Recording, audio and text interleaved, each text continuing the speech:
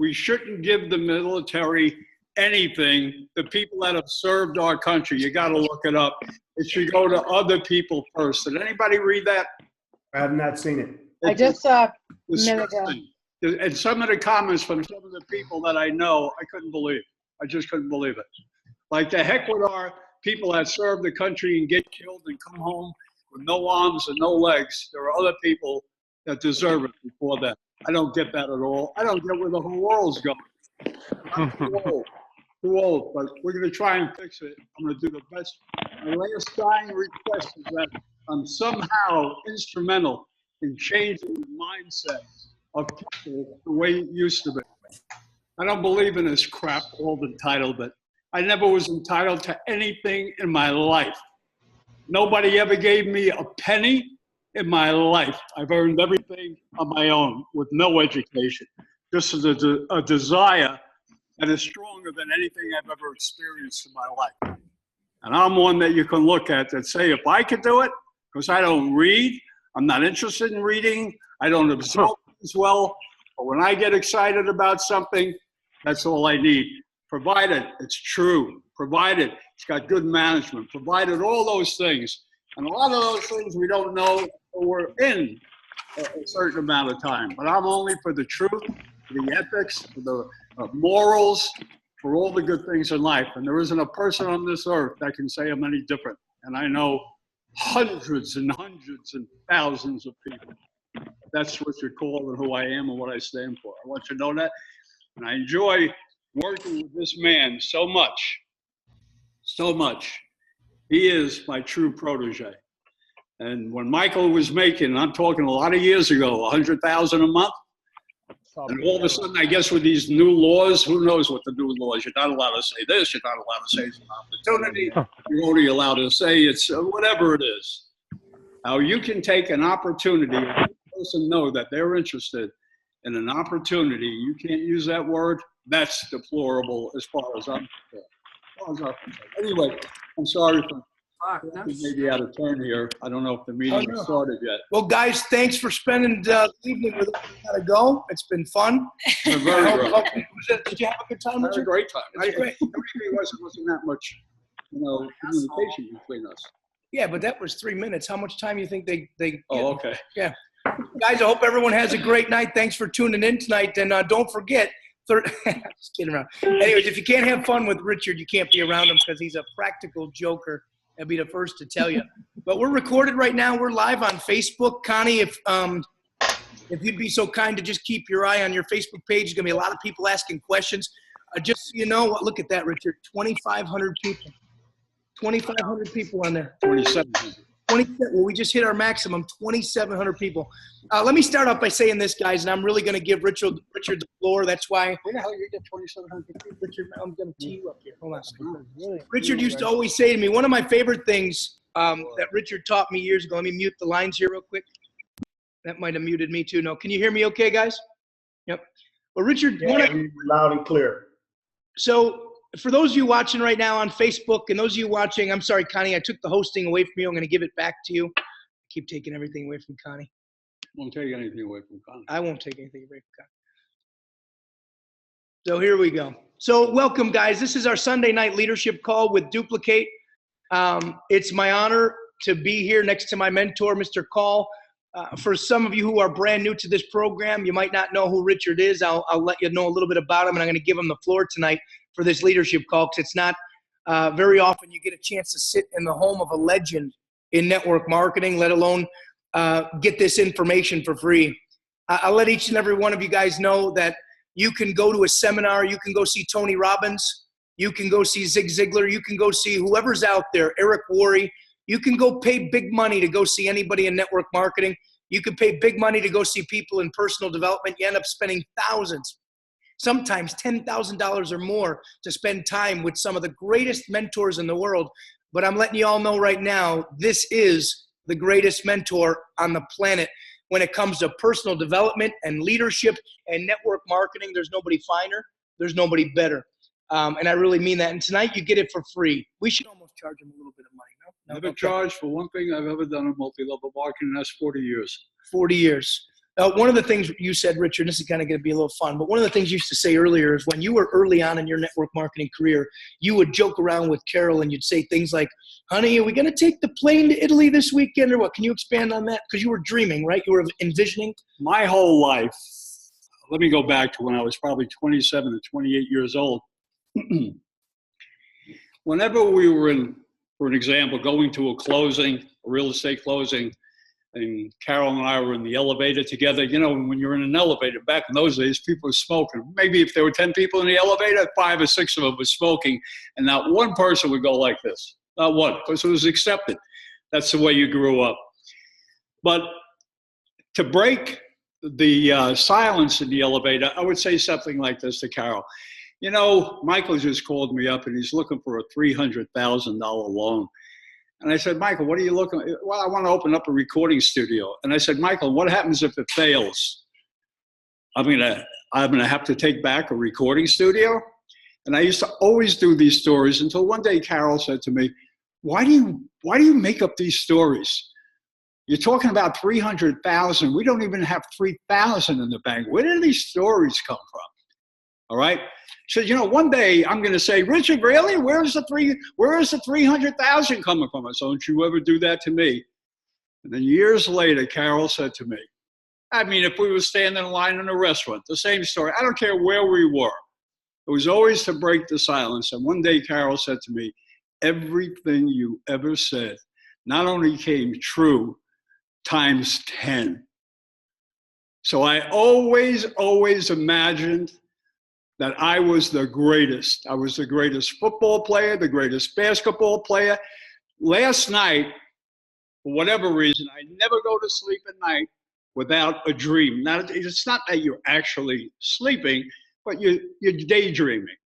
Last night, for some reason, I happened to be a pitcher. And it wasn't even a pitcher that I know for some team. And I must have gone through an inning or two. But I feel this when I do that. That's how I feel. And anyone that goes to bed at night without a dream on the tip of their tongue, you're missing a lot. Because the more you do it over and over and over, all of a sudden one day you start believing it because you're seeing things happen around you. How the heck did that happen? How does anything happen? Michael and I wouldn't be here right now. Thousands of people wouldn't be here right now if I didn't move to Las Vegas. There are so many things, all of us in life, we make a left-hand turn, we make a right-hand turn, we go straight ahead. Somewhere in there, there's an opportunity. Most people fail to realize it. And let me say this, are there many people, millions of people, that could probably never get an opportunity because of the way they were brought up so terribly that they don't believe in anything, like people from ISIS?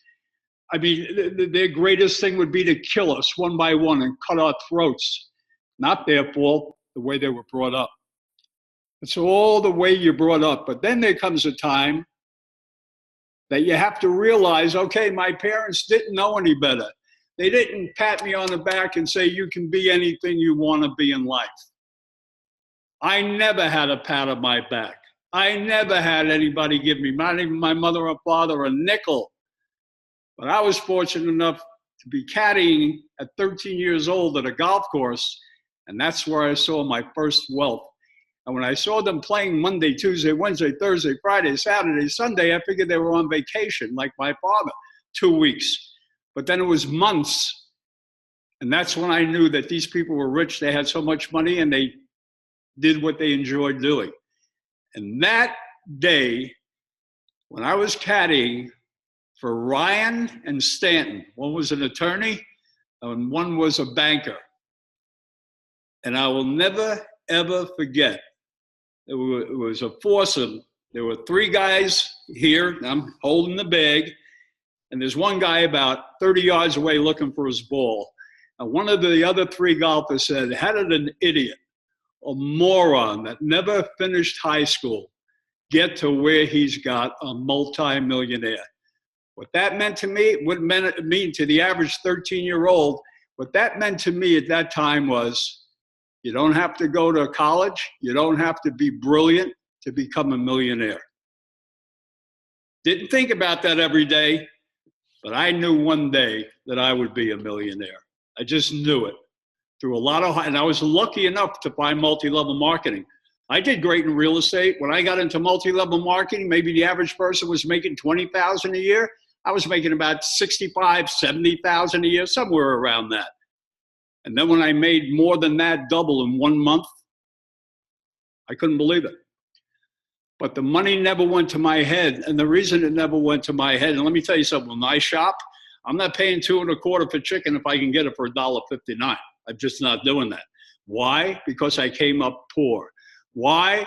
Because I know what it is. You can't take someone today, take for instance, the Trumps, which I happen to vote for Trump.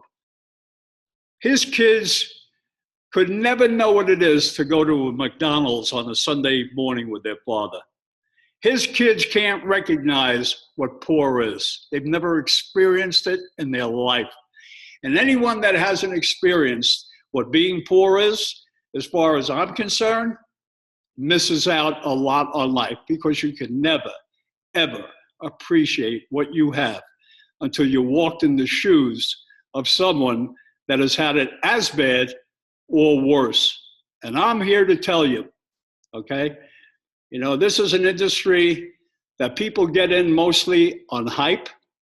They get in mostly on the person they know because they believe and trust that person. The way I see multi-level marketing done today on the internet, are people going to make money? Absolutely. I'll say one thing. The internet is a heck of a lot harder to do than it is to walk out and just make friends. Michael here, he can go out and get 20 people today. Why can't everybody else do that? Why can't everybody else? What is so hard walking up to a person and just saying, hi, if I can improve your life, would you be interested in hearing about it? I'm not talking about now. Can we change cars or something like that? Everyone I ever dealt with building my industry, my business, was not one person who was a stranger. Every one of them were business acquaintances, friends, family, relatives. What was I going to go to strangers for? I owe that to my family first. I never got a chance to go to strangers. And the other thing was, too shy. Believe it or not today, I'm not shy. Back then, if I was on a plane from Las Vegas to New York and you were sitting right next to me, if you didn't say one thing to me, the chances of us talking would be 1 in a billion. I would sit there and going like this. Let's see. I close my eyes. How do they say this? Hi, are you an open-minded business person? If I can show you something, that's not me. That's not Richard Kall. That's like I'm trying to sell something. But to just make a friend and not even think about business and keep this friendship going for a month or two, now you have a chance with that person that used to be a stranger. To me, nobody's going to tell me that there's any simpler business in the world. Nobody can tell me that. I didn't say, is it hard? You're darn right it's hard. Anything is hard where you have a chance to capture that golden ring. Everything is hard. But to me, this isn't hard. It's having fun all day long. It's speaking to people. You know, Lizanne once said to me, I speak to everyone, and I give of myself and my time. I was in the house once with a person for 3 hours, him and his wife. And Lizanne said to me after they left, honey, I just don't understand. I know, and I don't even know anything about this business. They were never going to get in. I said, that's the difference between me, you, and the rest of the world. I will try my best to convince someone that they can change their life. And I don't care how long I got to talk. And if it doesn't work out, it doesn't work out. And truthfully, it hasn't worked out probably 95% of the time. Don't look at me as I'm so special. I'm no different than you, and I will bet my life there are people on this call now that are so much more intelligent than me, that can explain the program better than me, that can explain everything better than me. But except for this guy, I've yet to see the guy that can run with me. Because I'm a person, when I do something, it is 24/7, not 22/7, not 21/7, 24/7. And you're looking at somebody that has been so sick the last 4 years, you never know it. Maybe after this call, I'll be upstairs laying down in the bed. I've had terrible, terrible stomach issues that I think we have a hold on. And I've had probably 6 surgeries in the last 3 years. Been in the hospital more. I was just in the hospital when I couldn't do that call the other day. And for me, that was the first call that I ever canceled in my 40 years in this industry. Actually, it's 39 going on 40. But there's nothing, the only thing I used to always say, and like I said to Lizanne, if I can press the button of one person watching this, one person, then I've done my job.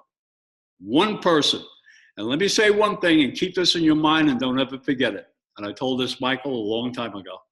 If you can find 2 phenomenal people a year, 2, not 3. You get 3, God, give it to someone else. I just want 2. Find 2 Connies. Find 2 Anthony Williams. Find 2 Rons. Find 2 this, 2 that. You do that for 3 years, you'll have more than you could ever believe you ever had in your life, but it's got to be consistent. It's got to be every day. It can't be, well, I'll do it for 2 months, and now my brother told me and my mother told me they wouldn't join, and you quit. Those are the people, unfortunately, are who we call the dream stealers. When you have something in your heart that you believe in it, no one should ever be able to take that from you. No one. And always remember, the first people to discourage you, mothers, fathers, sisters, brothers, aunts, uncles, nieces, nephews, and all that. They won't give you the information, what it takes to become successful. They won't. And truthfully, when a lot of you do become successful, all they can do is be jealous. I've experienced that through family many times. And you know, I could be talking to you for the next 7 days, 24/7. What it really comes down to, if you're ready to listen to it, what it really comes down to, are you at the right place at the right time in your life and ready to take hold of it and ready to work it like you would work it as if you had to have oxygen to breathe. That's the only way I know how to work. Now, are there people in this world that, you know, just talk like this and are calm people and make it? Yeah, I guess, but they couldn't turn me on. I'm full of excitement, just like Michael is. You got to be excited. People want to be with you because of your excitement, more so than they want to be with the product. That you can bet your life on. And that's why beginning at every meeting, and I've spoken in front of thousands upon thousands and thousands. And the first thing I used to say was, I'd like to know who I'm speaking here today. I'd like to know who I'm speaking to. So I'm going to ask you to raise your hands. All right, but before you do that, let me tell you what I'm talking about. First, I want to hear, don't put your hands up yet, who is here for the product and who is here for the urgency? Okay, who is here for the product? 5% of the hands would go up. Who's here for the urgency? Not for the urgency, for the business. Every hand would go up. Now I know who I'm talking to. So even with the new laws, and I got to study the new laws, being that I'm talking like this, what you can say, what you can't say. All right? Me personally, I never went out, never, ever went out to get a customer. Nobody had more customers than me. So how did I get the customers? I pitched the opportunity, and people just to get away from me would say, Rich, okay, fine, it's not for me at this time, but you know what I want? I want that hair shampoo, and I want the toothpaste, and that's how I got all my customers. That's how I got. Now, I may be saying something now that's totally wrong that you're not allowed to say anymore. All I know is one thing, the best chance you have of getting someone into this industry and believes in you is someone you got to know, not someone you're getting off, unless you're the luckiest person in the world, and those things happen. You'll get someone from the internet because you put out something out there. I'm not saying that can't be done, but it's almost like I used to talk about the girl who worked at, I forget which airport it was, she worked on the midnight shift, uneducated, and became the highest level and is still in the industry today. Is that a great story? A phenomenal story. Should it be told? Shouldn't be told, because then it starts giving people the hope. Oh, let me start running out at 12 o'clock midnight and look for these people that are working the desk at the airport. They're great stories. I know a story in Puerto Rico, a woman that used to walk an hour and a half to the meeting and walk back home an hour and a half to the meeting. Had an outhouse in the house, outside the house. She became very wealthy. I love stories like that, but that's not the average person. But that's the person you're looking for. A person doesn't have to be successful. A person right now could be in the pizza parlor handing out pizzas. He just hasn't found the right vehicle yet. Listen to what people say. Get in conversations with them before you start telling them about a great business opportunity you got. All you are to them is a BS artist. They don't even know you. What are you telling them about an opportunity? Make friends. Michael? I like it. I like it, Richard. Does anybody out there have any questions for Richard? We're going to dive into some stuff that I was very focused on Richard talking about. I've heard Richard tell his story so many times. I can tell it not as well as he can, but I can tell his story pretty well. And I want to talk about that for a second. You know, a lot of you out there think you don't have a story. Let's talk about this for a second. A lot of you don't think you have a story. And I'm going to start this off, and then I'm going to let Richard finish it because you guys hear from me all the time. Every single one of you has a story. Your story is attached to how you heard about the product. Your story is attached to the person that's successful, maybe like myself in this organization, one of the leaders of the organization, the creator of duplik8 here. But your story is attached to my story. But I remember years ago when I met Richard Kall. Richard, I was a better network marketer in 2002 than I am today. You know why? Because back then I didn't know so much. Back then I didn't know anything, but here's what I did know. I saw this man speak on stage at the MGM Grand. Here was my story that I told for the first year of my life in network marketing. I first got into network marketing and I saw Richard speak on stage. You guys have heard me tell it before. And I said to myself, whoever that guy is, I got to get to know him. And then I got to know Richard and I spent 4 hours with him at lunch with about 40 other people. But when Richard Kall left that day and he flew back to Boca Raton, Florida, where he was a retired legend in network marketing, 62 years old at the time, had a yacht in his front yard, a 70-foot Hatteras, which I didn't even know what a Hatteras is. I still don't know what a Hatteras is. I guess it's a really big boat. But when Richard went back to Boca Raton, the only thing I remembered was I knew a friend who had a father that was a billionaire in Vegas, but he didn't have freedom. I knew a lot of people in my life that made a lot of money, but they were slaves to their job. But for the very first time in my life, I met a man who told a story that gave me the chills. When Richard said to that group of people that day, if I push the button of just one person here today, I did my job. Well, Richard, I looked around the room saying, it was my button. He pushed my button. I know it was mine. So don't anyone pretend like it was your button because it was mine. But he pushed my button so hard and strong that I just wanted to be successful. And you know what I did, Richard? No one taught me how to do the business. But what I did was I went to all my friends and family, and all I said, my sister being one of them, sitting right here, all I said to people was, you wouldn't believe what I just saw. You wouldn't believe the man I just met, legend. He's got freedom to do whatever he wants to do whenever he wants to do it. Let me tell you about this company and this product, but what I'm really after is what he has, freedom. Mm-hmm. So my story was your story for the first years of my career.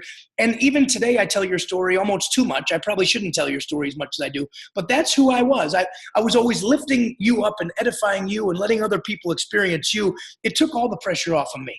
Nobody ever said to me, well, what have you made with the program? It wasn't about that. Because I did such a good job of telling Richard Kall's story, nobody was concerned about my story. Mm-hmm. So a lot of people out there, I think, when they get in this profession, they don't have a story to tell. They think they got to be successful before they make it, and that's not true. Can you expand on that? Look, I never had a story to tell. I was in real estate, insurance, multi-level markets. The only things I've ever been in my life. Nothing else. Nothing else. And when I got into multi-level marketing, it wasn't about a story. It was about contacting everyone I knew. And the way I contacted would be something like this. Michael, this is Richard. Do me a favor. Now, let me say one thing before that. I never, being in real estate and insurance, ever sold a policy or a house to any one of my friends. And at one time, I had a lot of friends. I'm talking good friends, okay? And one of my friends once said, Rich, we're getting ready to buy a $500,000 whole life policy for 4 of our partners here for buy and sell agreement. I'm not going to sell it to you. I never want you to ever have to come back to me. And because somebody in your family got into the insurance business and he came over to the house with his manager, not to sell me insurance, but to review what I sold him. I couldn't handle that. Because if you have 10 of the greatest insurance salesmen in the world, not one is going to give you the exact same plan if they were the most honest and ethical people in the world. And I couldn't handle that. My word cannot be challenged by anybody. It can't be, because I've run my whole life like that. But what I want to point out is when I got into multi-level marketing was the first time I ever asked my friends, because I never saw anything like it.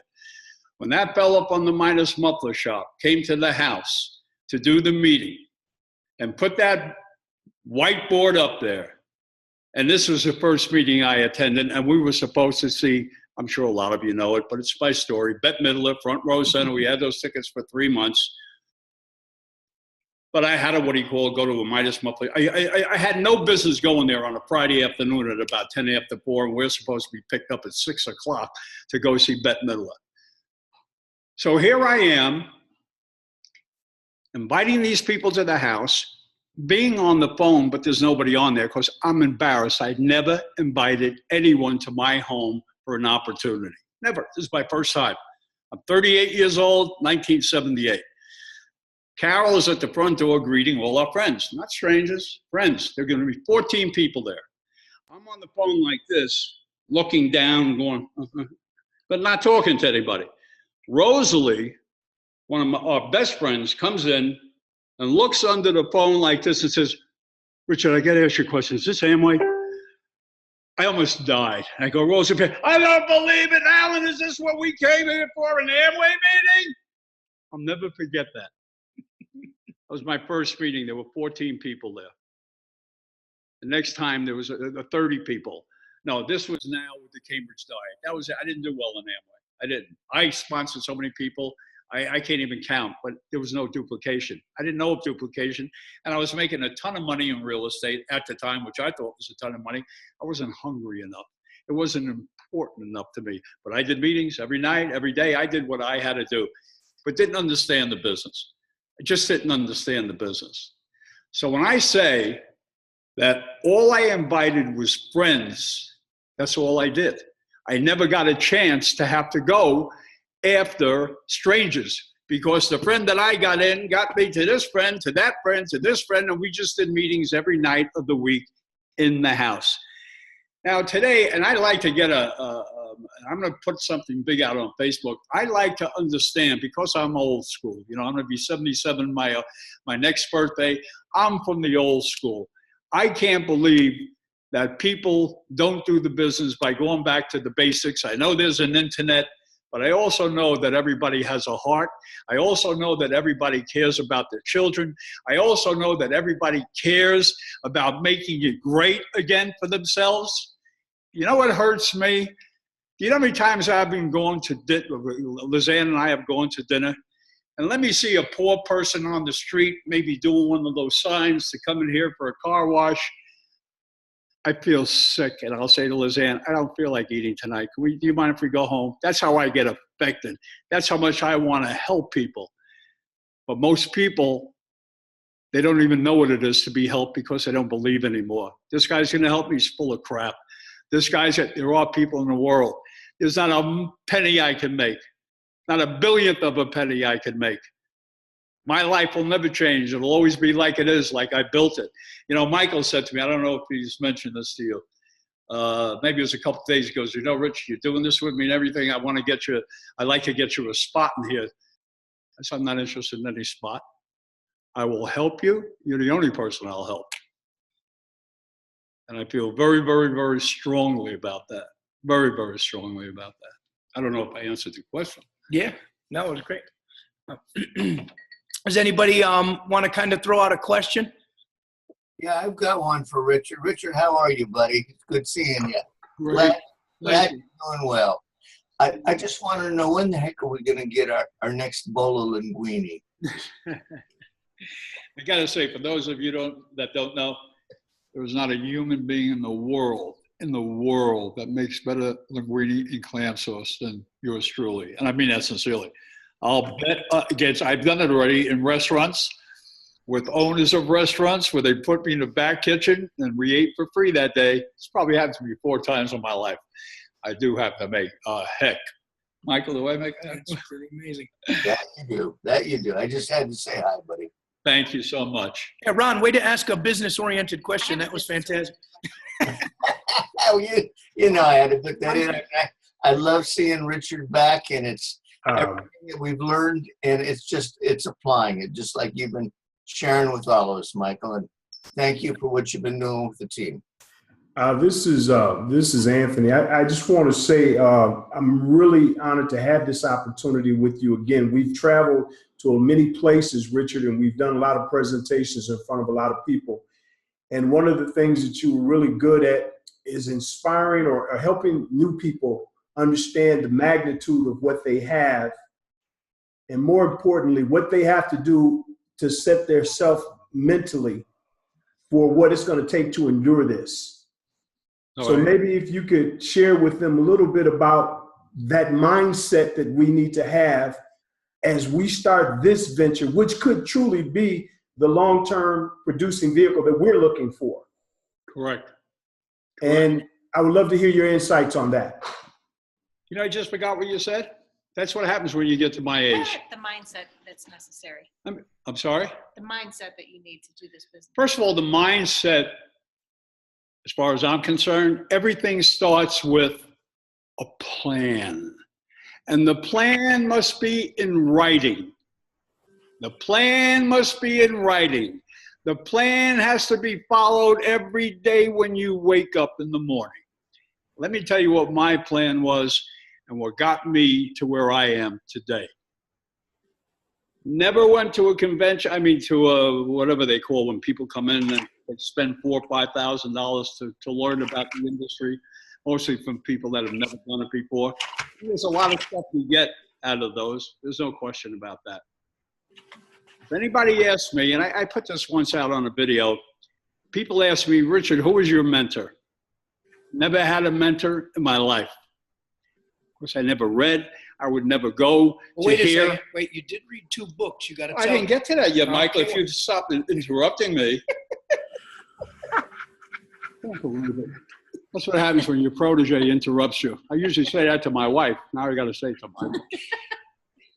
Anyway, the 2 things that I was going to say that put me where I am today. 2 books. How to Win Friends and Influence People made me the person that I am today. And Think and Grow Rich. Think and Grow Rich and How to Win Friends and Influence People are on my dresser as I speak right now. There has never been a night, even when I was in the hospitals, those books were with me, that I don't read at least a sentence, because that's something that I promised myself years ago. And I'm reading that since 1965. And why? When I got into the real estate, I told the owners I want to be the best real estate salesman there is. And I'll never forget, one of the owners says, being the best is not making the most money. It's being the best husband, the best father, the best friend, the best this. I never forgot that. I never forgot that. Being the best. I wanted to be the best. They said, there's a fellow down the street in Kall Real Estate. His name is Charlie Lynn. Charlie's probably not even living today. And I went in there, and he was known as the top. It was about 8 o'clock at night. He's in the office. He was told that I was coming down because the owner of the office that I work for, he was very good friends with him. And he was a salesman for this company. I walk in. It was dark out. Doesn't even pick up his head. He's dialing. Back in those days, you dialed on the phone. And he's, hi, Mr. So-and-so, I want to come and see your house. I'm not even looking at me. And I'm sitting here feeling like an idiot, but I was too young to really let it bother me. So all of a sudden, without looking at me, he's going through his listings. He goes, kid, let me ask you a question. You ever read Think and Grow Rich? How to Win Friends and Influence People? Without even looking at me, I said, no, get a pencil on one of those desks there and write it down. He says, when you've read them, come back and talk to me. Without saying goodbye, he's right back on the phone again. The stores were closed that night, but I got them the next day. The next morning, I was right at the store to buy them. That's what changed my life. Those books, as far as I'm concerned, if you can't get those books down and believe in that, going to any other thing, to any other program to learn, you're just wasting your time. Every nugget is in both of those books. Now that book, How to Win Friends and Influence People, when I first started doing that and following it and say this to the person today and say that to the person, I felt like a complete phony. Now, what do I mean by that? In the book, it would say something like, if there was a waitress and she was serving the table, you would say something like, if she was, you know what? I've noticed of all the waitresses here, you are the best. Now, when I first said that, I felt like a phony. But you know what? That's the person I am today. When you say something enough and you start believing it enough and you see the way you're changing, that's what you do. And then there was another thing. I met with a multimillionaire through a friend of mine that was 15 years older than me. I was 28, he was 43. And I got out of the service in 60 when I was 25. I'll never forget, we met at a country club. And all I did was sit there, and he told me, Tom, just sit and listen. And when he got up, and he was a multi-millionaire. When he got up, he says, you know, he's putting his coat on. I like this kid. He said, I want to tell you something. Just like this. If you can get people to say, I like that guy, and I'll follow him anywhere, then you've got life made, and you'll never want for nothing. I became that person. When people came in for a house, I didn't say to them like I would see other salesmen, okay, let's go out. What do they know? How could they take them out to see a house? They spoke to them on the phone. They had a 2 o'clock appointment. And now somebody walks in, they don't even know who it is. Oh, Mr. Jones, I'm all ready. They got their listing book in their hand with a rubber band with 5 houses they're going to show. At 25 years old, I said to myself, there's something wrong with that. He doesn't know one thing about them. Me? I'm at that desk for 2 hours with those people before I show them a house. How can I show someone a house when I don't know anything about them? How can you sell someone a business when you don't know a damn thing about them? So I sat and talked and talked and talked. And the first question was, how much can you afford a month? And if they said, now I'm going back to 1965, 3-bedroom ranch, 1,100 square feet, dining room, basement, and garage. You know what that would rent out for? $150 a month. So when they said $150 a month, the first thing I did was grab a folder. They were on this side. Grab a folder, and I'd write their name on the folder. I'm getting them to think already they're in this, okay? And then I would write, I promise that your monthly payment will never be $5 north or south of $150 a month. And if it is, I will pay that forever. And I had it notarized by Luann, our secretary. I had them in their mind already. They were buying a house from me. What the next hour I explained to them that I am the most wonderful, honest human being in the world. I'm not like the typical, and I say it in front of everybody, and don't hold my age against me. I'm only 25. These guys are 45 and 50. I outsell them 10 to 1. I would say it right in front of them. That was a cocky part of me, because I want you to know that I'm looking for your interest. I'm not thinking of how much money. You know what the average salesman says when a customer goes, oh, boy, I'm going to make $2,000 on that. That is so beneath me. That is so unprofessional to me. When I built my organization and had over 500,000 people in it at one time, I didn't have a computer. I had a Rolodex, but I didn't even need the Rolodex because the only people I kept in touch with were the people that were serious as a heart attack. But I was up front with those people from the beginning. I would say to them, let me tell you something. I'm only going to do 2 meetings for you. I don't want people clapping for Richard Kall. I want them clapping for you. That's your group. I want to sit back and be able to applaud. I don't want anybody might go, well, Richard, if you're not here, if you're going to be doing a meeting in New York, then I'm not going to tell my people to come because I don't want them to hear you. That is so totally wrong. It's unbelievable. Totally wrong. It doesn't matter who you are. It doesn't matter who's given the meeting.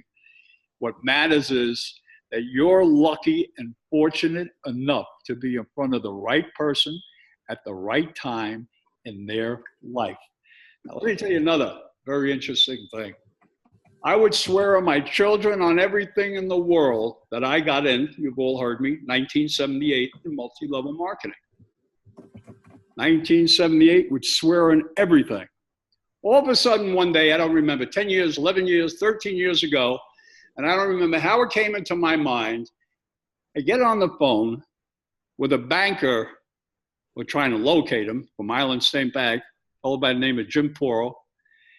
And I get on the phone, maybe it was a 5th or 6th phone call. He was still in the same industry in banking, and I finally get him.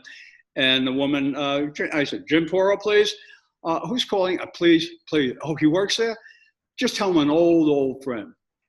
He gets on the phone, and there was a question I had for him. He gets on the phone, and I go, Jim. He goes, Richard Kall. Boy, I've heard you made some success. Unbelievable. Rich, I'm so happy for you.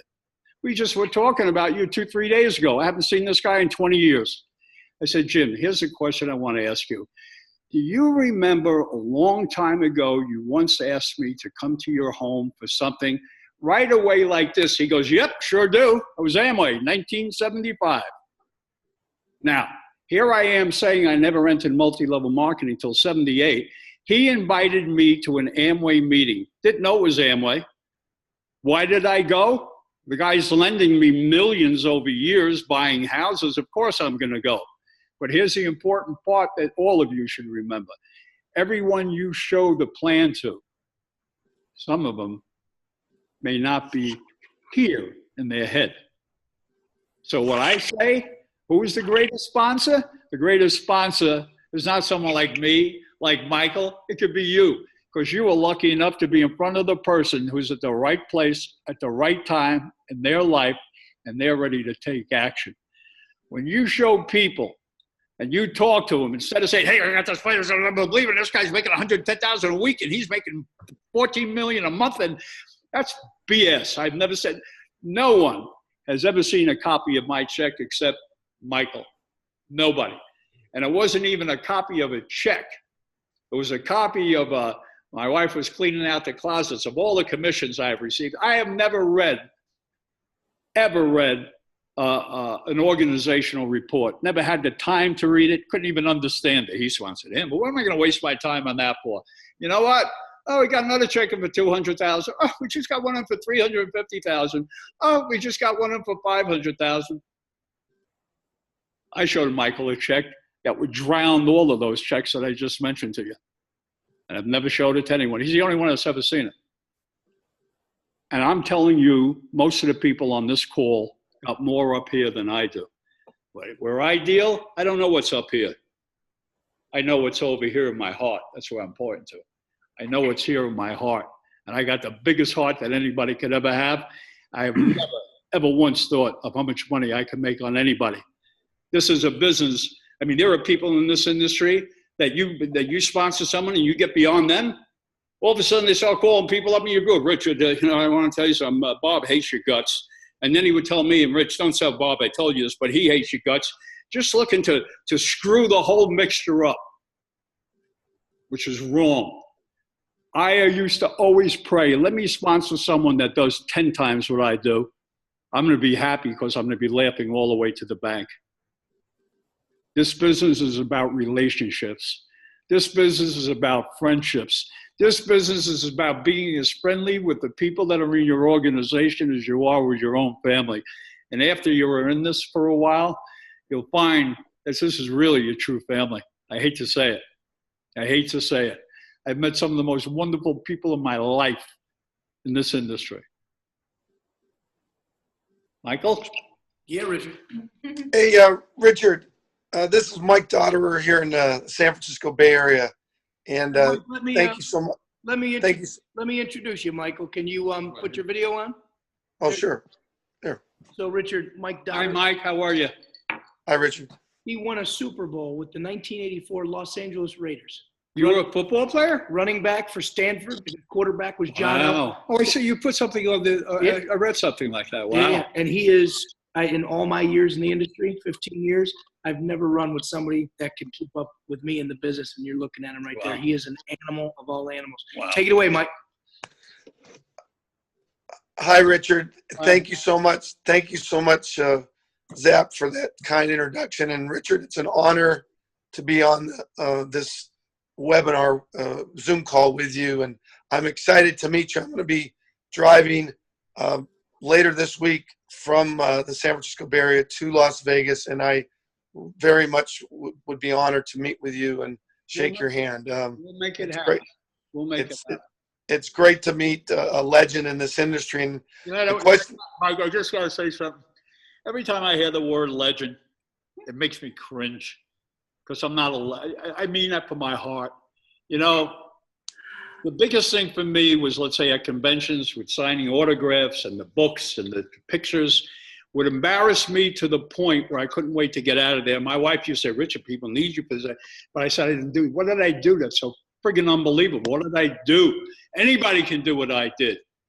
Anybody can do what I did if they put their mind to it. And again, when I say anybody, I don't mean anybody. Of course, there are a lot of people that are less fortunate, that would take 20 years to get them back up here where they should be because they had such a horrible upbringing.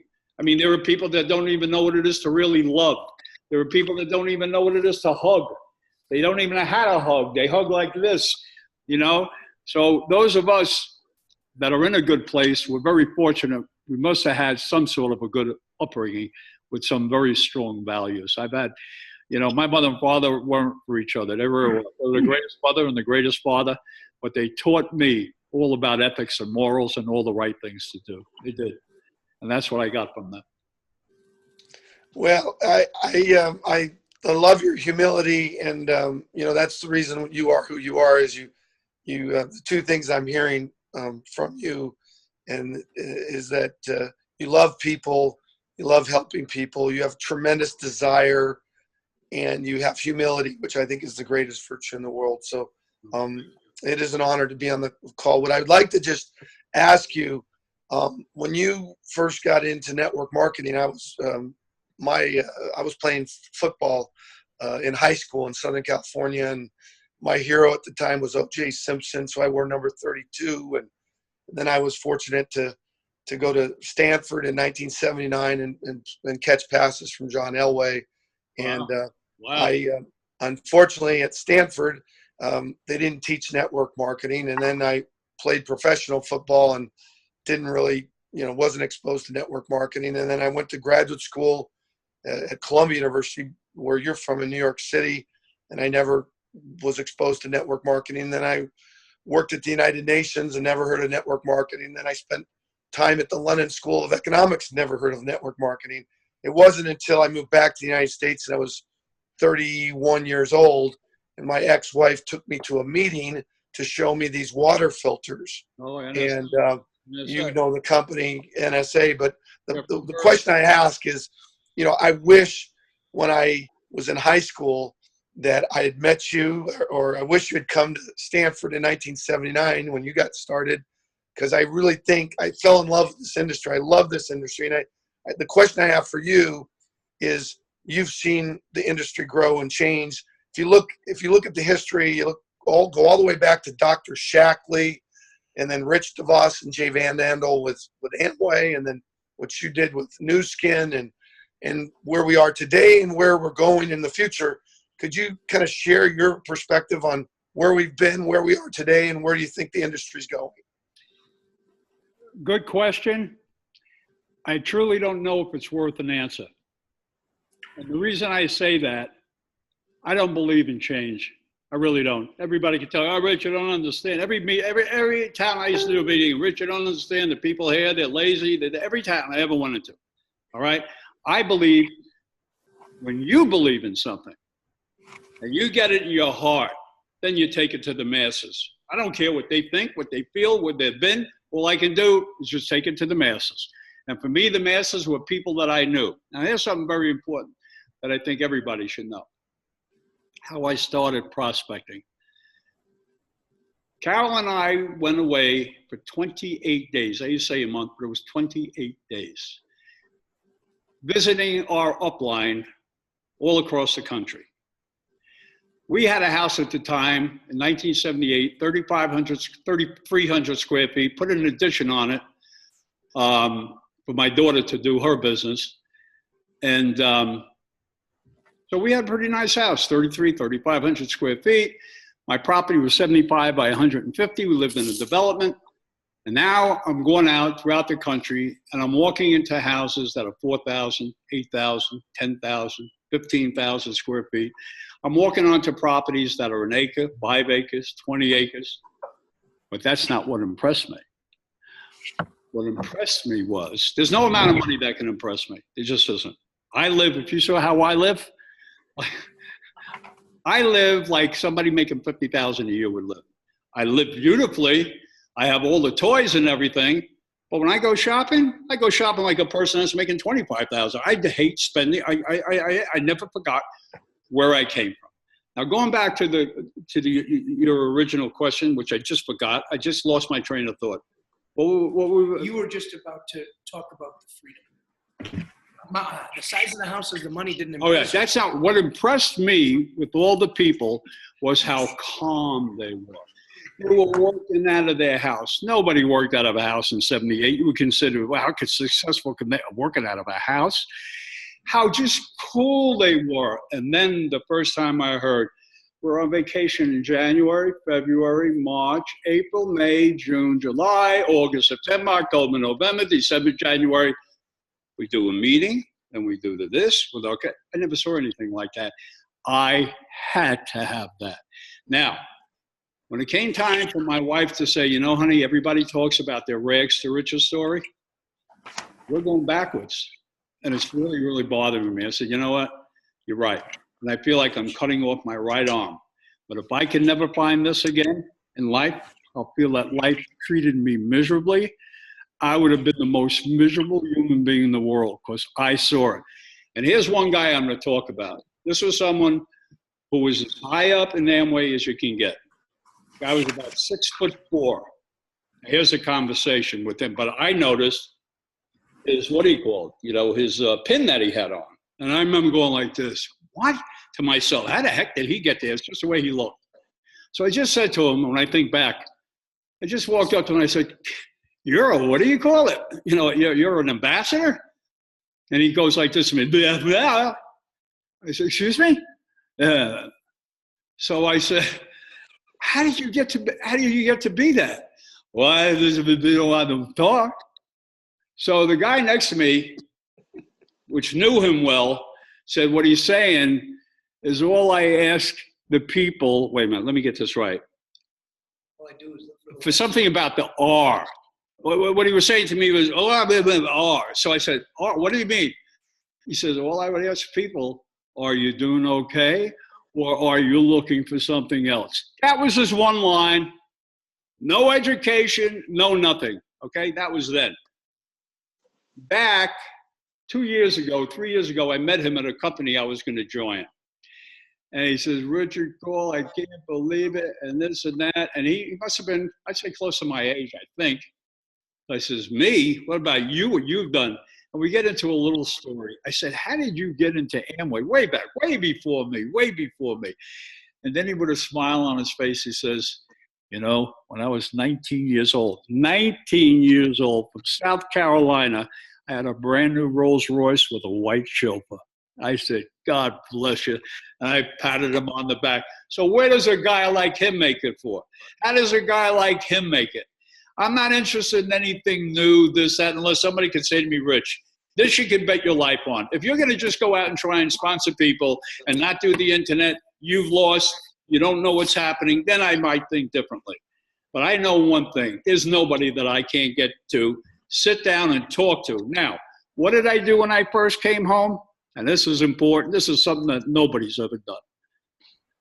I get home, Mike. Let's say you were my friend for 30 years. Now, you got to know when I'm home, we're going to be driving about 3 hours. I'm so disturbed, and this is the look I got on my face. Excuse the expression, pissed off, because I saw something like I've never seen before. The first call I make was to Alan, my best friend, and Rosalie. The girl said, is this Amway?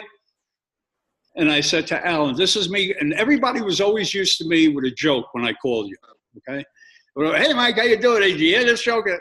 Now, Alan's hearing me like this. He picks up a hello. I go, Alan, I said, this is Richard. My first wife had cancer. We were married 35 years, the love of my life. We were told she had 3 months to live. I don't believe in all that crap. We made 15 years against what everybody thought. I laid my hands on her. I prayed. We went all over the world looking for different alternative therapies. I hate when somebody says something can't be done. Can't be done. Impossible. It can't be done. Not when you have in me what I have in me is a total belief. I don't get involved in anything unless I believe. So now here's me calling you. Mike, can you come over to the house? I want to talk to you. Rich, is everything okay? It was always based, I said, everything's fine, Carol's fine. Can you just come over and do me a favor? Come by yourself. I got to talk to you. Got to understand, at this point, I'm very disturbed for what I've seen. Alan now comes into the house, both of us, because I told Kyle, I just want to speak to Alan myself. Comes in, sitting on the couch, and I said to him, Alan, I got to ask you a question. And I'm serious, just like this. How do you feel about life? And he goes, Rich, is everything okay with Carol? I said, do me a favor, everything is fine. I'm asking you a question. I was bothered. How do you feel about life? He said, well, what do you mean? I said, Alan, how do you feel about your life? Oh, Richard, I'm a successful attorney. To the community, I'm recognized as a wonderful human being. I love what I do. But see, what Carol used to say, what I did best, she said, Richard scratches away. Scratches away and annoys a person enough to make him either see this situation in life or get the hell out of here. I don't want to hear any more of this crap. So I could annoy a person enough. Now, after talking to Alan for about a half hour, all of a sudden, this is what comes out. I hate what the hell I do. He just happened to be defending pro bono a man who molested his 3-year-old daughter. I got to go to court. I got to represent this pig. I got to, sometimes my clients don't come in. The judge yells at me and he looks at me. I hate what I do. All I said to him was, Alan, can't promise you anything. I'm having a meeting at my home Tuesday and I insist you be there. And if you're not, give me the courtesy of a phone call so I can replace you. I'm taking this to the moon. What about your real estate insurance? I'm a bridge burner. I burn all my bridges, and I do one thing. All right? Carol and I used to talk about, I think this is what Michael was talking, the little things like this. We used to spend our time in the bedroom. Carol would be on her knees folding clothes. I'd be listening to tapes, watching different things. We didn't have VHSs. I think maybe we just got VHSs then. We had audio cassettes. I'd be listening to them all day long. I stopped listening to music. I haven't listened to music, I can't remember when. Of course, everything was cassettes, how to do the business. I used to know all the people, their cassette better than they knew it. I could recite just like Michael knows all my stuff, you know. And that's all I did. I wish I could tell you that I'm so great and I'm so fantastic. Am I a great father? Absolutely. Am I a great husband? Absolutely. Am I a great friend? Absolutely. But as far as being great in other areas, I'm as average as anybody can be. I'm as average as anybody can be. But you know what? I'm a good listener. I can't tell you. The only one on both sides of the family that never finished high school. Got some people that have even gone to Yale and Harvard in the family, but they can't come up nowhere near. They're still slaves. They're slaves. They're still working. 65 years old, still working. I show them this business. Nah, I can't do the business. Can't do the business. You know, one time I haven't been prospecting so long I can't even remember, but I know how to do the business. And all the business is as easy as, can I talk to you? Can I have an hour of your time? And never would I talk to somebody if I just met them there. That's just to exchange cards. Never would I say 1/1000th of a thing what I was doing. But now today I see myself, I can go in, the other day, I haven't had fish, chicken, or steak in probably 4 or 5 years. So last week, I go into Whole Foods. I hear Whole Foods is Whole Foods. So I say, and the fish I love is a sea bass, the Chilean sea bass. So I said to the guy, do me a favor, can I have a pound of Chilean sea bass? He says, yeah, and of course, like they always do, it's just a little bit over. I said, no problem. I said, I wrap it up, I put it right in the thing, and I go shop for very few things. Get to the counter, and the woman says, that's $56. I said, what? $56? She goes, sir, the fish is $42.08. I go, what are you talking about? I said, how much is a fish a pound? $36.99. Good. Take the fish home, bake it, and have a good time. I wouldn't spend that, and I could afford to buy out the whole store. $36.99 for fish? What, are you kidding? So now I'm walking around in Whole Foods. Here's a woman here. Can I ask you a question? I just got to ask you a question. Are the prices too much in this store, do you think?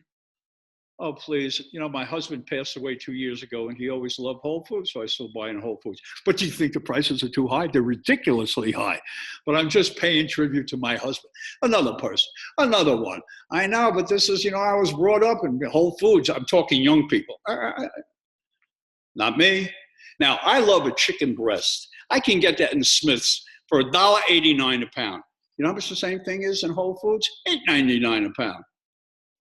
And I'm telling you, if I make it, you couldn't tell the difference. And then I find out that a lot of this so-called Whole Foods type of stuff that is organic isn't so much organic all the time as we think it is. That you can bet your life on, because I know people that own organic farms. Got to cut costs somewhere, Richard. We just got to, but most of our stuff is excellent. Give me a break. Give me a break. This is what the business is about, just like this, like we're talking. And the great thing I'll say about this, which I had this technology before anybody had it. That's another whole story I won't even go into. Anthony remembers it. Connie remembers it. Ron Caruso remembers it. I had the technology before Google and before, what's the biggest thing with video out there? What, YouTube? I was ahead of YouTube, way ahead of YouTube. That's another whole story, but that's a $16 million story. You know, I paid my dues. I don't lack for any money at all. All I care about is helping people like yourself, the people that are on this, and there's not another organization I'd ever do this for, only because of my love for Michael. Because I know that Michael, him you could bet your life on. Michael, anything that comes out of his mouth, you could bet your life on. Can Michael get pissed off a little bit sometimes? Yeah, not as much as he used to. And that's because he's grown up. But Michael, he runs with the ball like nobody can run with a ball. Like I put him in the top 100th of 1 billionth of 1%. And he's a good person. And he's a nice person. And I just love him. I love him to death. And I'll say to all you people that are on this, you should do everything you could for his next broadcast. And another thing I should tell someone, anytime anyone in your organization puts out something, like the damn thing. It's like sending someone a letter and they don't even answer you back. I'll get on my wife's case. A couple of days ago, I said, you know, I put a couple of things out you didn't even say. You didn't even say anything about. Well, Lizanne, I'm telling you this right. This is the way I am. And I'm the nicest guy in the world. Lizanne, I'm telling you right now, the next time I put something out, you don't do it, you're off my list. You'll never see another thing I do. Maybe make another Facebook account, but you'll never get from me. And I mean that. Like that, I do it. Like that, I do it. I'm very, very strict on certain things, especially when it comes to business. When it comes to business, you got to be a professional. I can kid around as much as anybody you've ever seen a kid around. Not when it comes to business, though. When it comes to business, I am 100% professional. And anybody that says that this is like a pyramid, that's the biggest. That word will never go away. That'll be stuck to us forever and ever for the next million years. But life is a pyramid. The corporations, they're the pyramids. They're the bad guys. And for the first time in our life, we really know how destructive government can be, how destructive all these pain in the asses can be. And it's a time we take our life back. And I'm telling you, I'm working on something very big right now. Working on something very big, and Michael knows, and with some of the biggest people, biggest people. They believe me, if I wanted to open up my own company, I'd have no problem, 10 million, 20 million, whatever. I'll never be into that part of it again. I want to be into teaching. I wanted to be into teaching, telling people what they get involved in, because the average person don't even know what they get involved in. They don't know what they're getting involved in. You know, when you get paid like some of the people doing this business, I'm not talking about the people that came over from another group with 22,000 people in their group. I mean, I got crazy about that when I was in Amway. Nobody could touch me in Amway. Here, all of a sudden, a guy in 3 seconds made diamond. How did that? I didn't understand about it. Well, he just came over with 10,000 people from another group. When I started New Skin, and when I was in the Cambridge Diet, I had so many thousands, I can't even count them. And what's his name? Jerry Campese said to me before our convention, you know, everybody says that you and Carol built this so fast because of all the other organizations you were in. I said, I'll address that at the convention. And when it was my time to speak, I said, put up the lights, please. And I told them the story of what Jerry Campese said. I said, now I'd like to see the one hand of any human being that was ever in another program with me. Not one hand went up.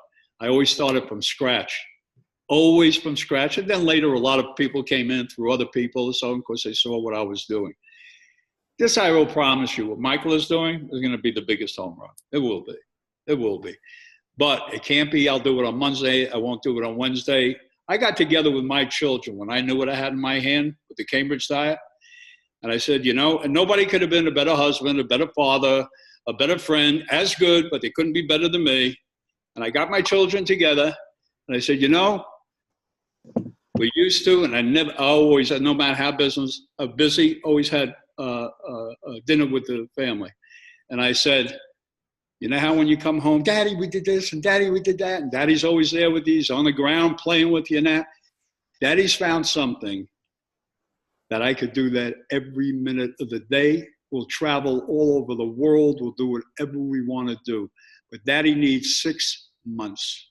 I need 6 months. And for 6 months, give or take 2 weeks, I was upstairs in the bedroom.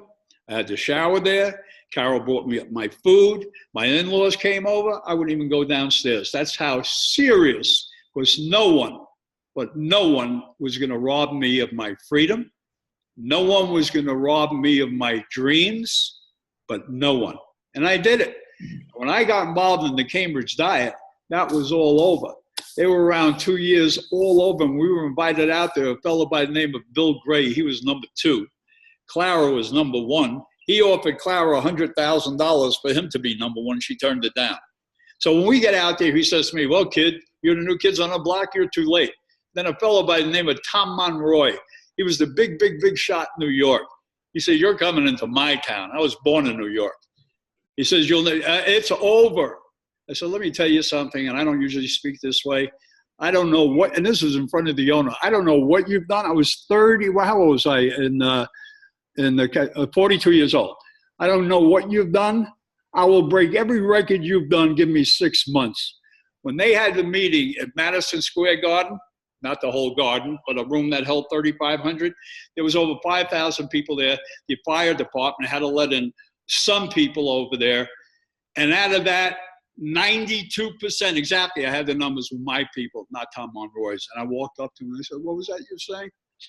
There's nothing I can't do when I know I have the people around me. It's not me, it's the people. It's not me, it's the people. Every Sunday at our home, we had a thing. Every Sunday with all the kids. There were times I had 200 and 300 people on a Sunday. That was for family. That's what I wanted to build, family. I built my group as family, where everybody owed something to that other person. And if that person came out with something, hey man, I love your thing, like this, or like it, or something, or that, you got to be together as a real family. And my families that I've experienced in the world of multi-level marketing was close, if not closer, than real families. And I really mean that. I really mean that. I can't speak enough about this industry, but there's not that much to talk about in the industry. When I think of people that have to go to seminars and spend, you know what those seminars should be about? It shouldn't be anything about multi-level marketing.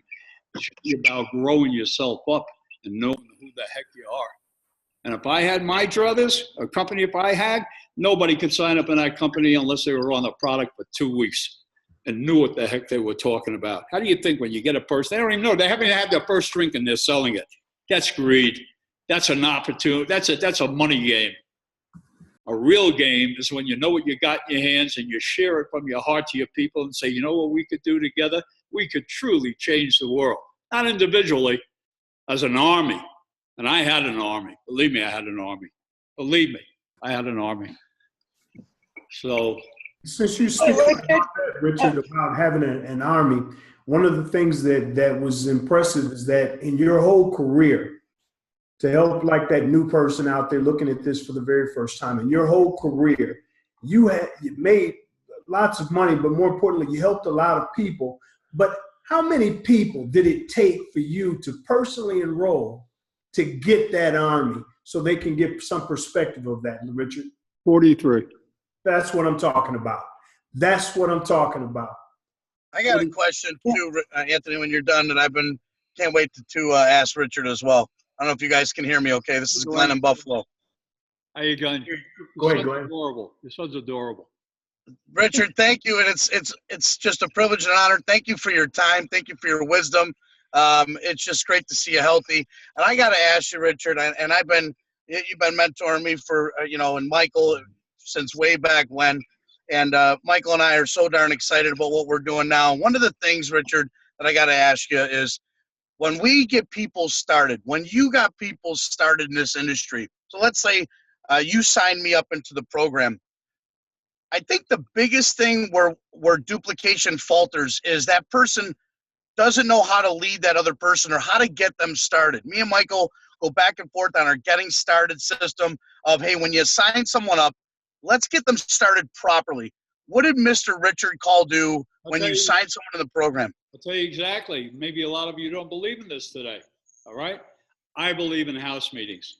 Now, if I sponsored Glenn Echeverria, first thing I say to Glenn, all right, well, we've met at the house. We've met at the house. And me personally, this was me. Me and you meeting at my house for the first time, the first thing I'm going to say to you, and you're a friend of mine or an acquaintance of mine or something, Glenn, I want to tell you something. First thing I want to tell you, you couldn't get into this today if you wanted to. So nobody's asking you for money. Do you know how many people got back to me when they got home? Their wife said, would they get you for 500, 1,000, 2,000? No, he wouldn't even let me get in. He said he wanted me to make, he gave me a videotape. He gave me some brochures. He wanted me to make an intelligent business decision. Now, what I would also say was, after I gave you this, I said, Glenn, being that you like all this, why don't we make an appointment now, a follow-up appointment? How's Tuesday at 3 or would Wednesday at 4 be better? So now I got a commitment from you. Now I would say to you, Glenn, I want you to know something. You will never get another call back from me if you're not here at 3 o'clock on Wednesday. Never. I don't run after people. Never. Okay? All I would do there, now you're back. You've now signed up and everything. Now I go, Glenn, today is Thursday, Monday meeting at your house. You got that to call up all those people. Yeah, people got, Glenn, that's what you got to do. Now, if I come to your house and there's only 2 people there, there's a problem. So I'll give you the benefit of the doubt. The next time, we're going to both call them up. Now, if I see the next time after I'm on the phone, there's only 1 person there, Glenn, that's it with you. But you're allowed to come to the meetings and bring people there. I can't waste the time, Glenn. But I was always up front, so people could never say to me, what the hell does he think he is? And then the other thing was, Glenn, I'm only going to do 2 meetings for you. Okay? Now, after the second meeting, now we're supposed to have a third meeting. Rich, just do 1 more meeting for me, 1 more meeting for me. No problem. We're on our way. I'd say to Carol, what do you want to have dinner tonight? Well, we got Glenn's meeting. Go into the place, didn't have cell phones in those days. Make a call. Glenn, we're stuck on the highway right before the bridge. I called the tow truck. It's impossible for me to make it. I forced you now to do the meeting, and you were as happy as a pig in horse manure. Rich, I did the meeting. It was phenomenal. They liked it. That's how Richard Kall built an organization. Hey, Thank you. Richard, I wanted to just mention that, first off, thanks for coming on tonight, but I'm monitoring the Facebook and lots of amazing comments. Everybody's loving this entirely, but one question, and someone is asking how you overcame your shyness. My what? Your shyness. My shyness, I think, was because, and remember, I remember when I used to say, let me have the Rolls Royce, the big yacht, the big home, which I had at one time 4 big homes, just like this. That's when you're young and you're stupid. And when you get older, who needs this? I could live in a little place like this here. But I'm sorry, the question again. Yeah, just how did you overcome your shyness was the question. I got older. I didn't need it. In other words, when you need it and you got to prospect someone, I didn't have to. So today I could walk up to anybody today. You know why? Because I got nothing to sell. So all I'm doing is talking. But I'm making a friend. And if I talk to that person again and again, and maybe someday I find something, I got a friend, not a stranger. I never dealt with a stranger all the years in this industry. Never, ever, ever. Tracy got a question for you, Richard. Tracy? So I have a question. When you were in the beginning when you started, did you ever want to quit? Because I hear Michael say all the time that when you told him the secret, it was sign up, don't quit. Did you ever feel like you wanted to quit? Never would I ever quit in anything I ever did in life. To me, quitting would be like, what is it? The Japanese, the Chinese, they take that knife and they stick themselves with it. That's how I would feel. But To me, but the question was, were there times when it was so hard? there were times it was so hard, Michael was saying, the question was, were there times when it was so hard? But that came with the territory. I knew it was going to be hard. I knew that life is like this in real estate and insurance. I knew that. Nobody has a life that there isn't this. Nobody has a life. But you get paid for the amount of time you put in. I say the person that spoke to 50 people that said no, sooner or later someone's going to say yes. And sooner or later that someone that says yes could be worth millions to you. You know the people that sponsored me into a program, my 3 upline, that never did a thing for me, I would say collectively it made probably $70 million off one person each. And there's probably more than that, okay? And I know you're not allowed to talk about money in this business, and I got to really find out what that means. Is it just customers? You can't talk about money? I mean, that would be against everything I believe in. To give people hope that yes, they can. Look, I never said to anybody, you can make millions, you can make billions, because nobody ever knew what I did. I would say sometimes to people, you should only know what I'm earning in this industry, and then they would find out because they'd be at a meeting and what somebody from the company said, blah, blah, blah. But I never would ever put that thing out there to force them to join. Never. When I sponsored a person, it was as if I was their brother. It was my sister. It was with love. That's the only way, not business. I'm not a businessman. But all the business deal I ever made in my life, they were all on a handshake. Nothing. I don't read. I have never read a contract I have ever signed. Ever in my life, I've never read a contract. Never. Richard? Yeah. I'm Rochelle. I'm from South Africa. Happy to see you looking so healthy. Maybe just a comment here. Finding the right people. I want to ask you, what is it that you saw in Michael that you never gave up on him? And then I just want to tell you a little bit of gossip. I overheard a video earlier, while it's in the morning to us, last night, which Michael used this phrase: are you doing okay? Are you looking for something else? Are you open-minded? So I see you are excellent in passing on that knowledge, that secret to success. So I just want to congratulate you on what you've successfully done with Michael. And then something else. Indeed, he can run with the ball, but compliments to you. He's not selfish. He knows how to and when to pass the ball. So I've got the ball with me now, and me and Pia, we're going to run with it in South Africa. Fabulous. I think you deserve that credit. Fabulous. And let me say the reason, you said, why did I work with Michael? He wouldn't leave me alone. He wouldn't leave me alone. Boy, is that the truth, Richard. And you got to love a person that's that way. You got to love a person that's that way. They want information. They can't get enough of it. It's wonderful when you can find someone like that. When you can find someone like where your wife goes, he's on the phone again. And I go, don't go, he's on the phone again. He's on the phone again. I love that. Love it. Everybody should be that way. Everybody should be that way. I'll tell you one thing. From what I've seen, the people that you have on this telecast already, you guys should grow, forget about it. It's as big as it could be. Because all it is people.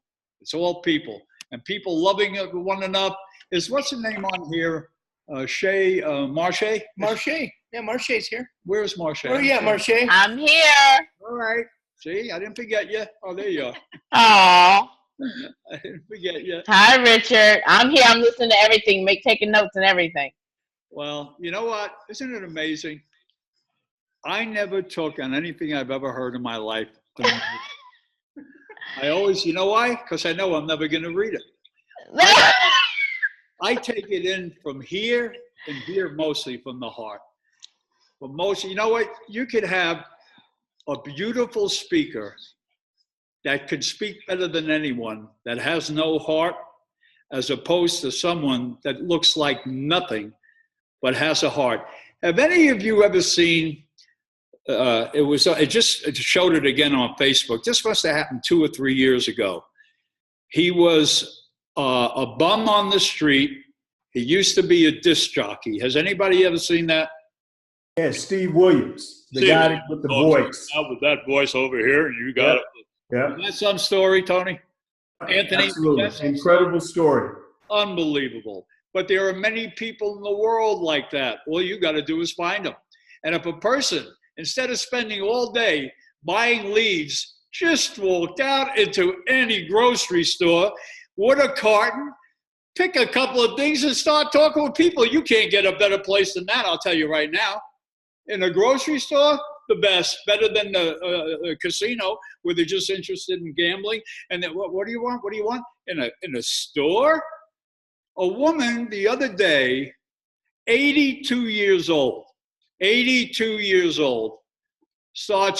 asked her something, and she starts running around and jumped up and clicked her heels. She said, "You are so nice to talk to." Because I asked her, I said, "Where do I find," I forget what product it was. "That's a friend I made." And I took her number, and she took my number, and she called me this morning. I didn't get the phone. I was sleeping this morning. It was very, very early this morning. There's a whole way out of there, meeting people. All you want to do now, as far as I'm concerned, I'm not interested in selling products now. I'm interested in making friends that I can sell products to, that don't come on to me like a big hype. And I'm not saying, believe me, I'm not stopping any one of you from what you're doing. Do what you're doing, what you feel comfortable. I'm just trying to say you have a much better chance of getting people in that you know something about, and they know something about you, and they can feel the warmth in your heart, and they can feel all this stuff. That's all I'm saying. That's all I'm saying. I'm sure there are people that maybe put me to shame that all they do is they're on the internet all day long. But the average person is not duplicatable. The average person can't do what these people can do on the internet, but the average person can sure walk up to someone and say, "You know what, I just want to tell you, I'm as nervous as heck even trying to tell you this, but I have an opportunity that I like to," if that person was a nice person, someone like me said that to me, I say, I put my hand on her shoulder, "Calm down. Calm down. I know you're nervous. I'll listen to what do you got to say?" But I'm the same type of person. Like I said, if I had young children, and I was in this industry today, my children, when I go shopping at the food market, they would know how to go up to somebody and go, "My mommy and daddy are in the greatest business in the world." That you could bet your life on. But you know what? If that child came up to the average person would pat the child on the head and be going their way. Me? I look at that person, "Where's your mommy and daddy?" You never know where you can get words of wisdom from. It could even come from a 5-year-old child in the supermarket. You always got in the supermarket. You know, a couple of months ago, I put out, I'm waiting for Lizanne. She was in picking up a prescription for me, and I'm in the car. I never did this before. So I go, and I'm just talking, I'm making a video, and I'm saying, you got to talk to people. And I go, watch what I'm going to do. I never did this. There's a guy next to me. He's probably waiting for his wife, sitting in the truck. I put my window down, and I go like this, and I got my thing on. It's on. You can find it on Facebook. I said, "Let me ask you a question. If I could show you a way to maybe improve your life, would you be interested?" "Heck yeah, I would be." And I asked him for his name or something. I never talked there. Never heard from the guy. Called him. Never heard from him. But at least I tried. At least I try. If you're sitting home not doing nothing, just waiting to get feeds to get these posts, you're wasting your time. I'll tell you right now. Because not only are you getting them, if you know the business, there's plenty of other people getting the same leads. Don't forget that. Hey, Richard, I got to thank you for that line. My son is going to be doing that tomorrow. So I got to thank you with that one, Richard. What? See all the targets next to me? See the little targets, circle Right. of targets? Wow. Watch this, because I put them in the phone like that. Right. Well, wait, the bottom, watch. What? There's over 145 people, just like what you just said. When I introduced to them, I haven't heard back. That's okay. Yeah. I try every day. And see, Well- that to me gives me the first clue. When you're calling people now, not calling you back, that's it. I'm going to say, Kall, they're overdone. Why would you say that? This was the biggest clue. When I'm spending 3 or 4 hours with you, and it's maybe 5 to 9 o'clock at night, the next day, Saturday, I call you up, your wife answers the phone, And I say, is Glenn there, please? It's Richard Kall. Oh, Glenn's sleeping. 11:30, Glenn's sleeping after having a meeting with me. Done. Glenn's out, honey. He's out. What else am I going to take by? How could you be sleeping when I just told you of an opportunity that could change your life? You're all excited, and now you're sleeping? This guy only sleeps maybe 2 hours a day. And I'll be 77 in a couple of months. Maybe 2 hours a day. To me, sleeping is the most boring thing there is in the world because there's no action. Unless you got wonderful dreams every night, there's no action in sleeping. I know it's good for your body, it's healthy, but I've gotten along 77 years with no sleep. Never slept, never slept, never slept. And that's why I use this a lot too.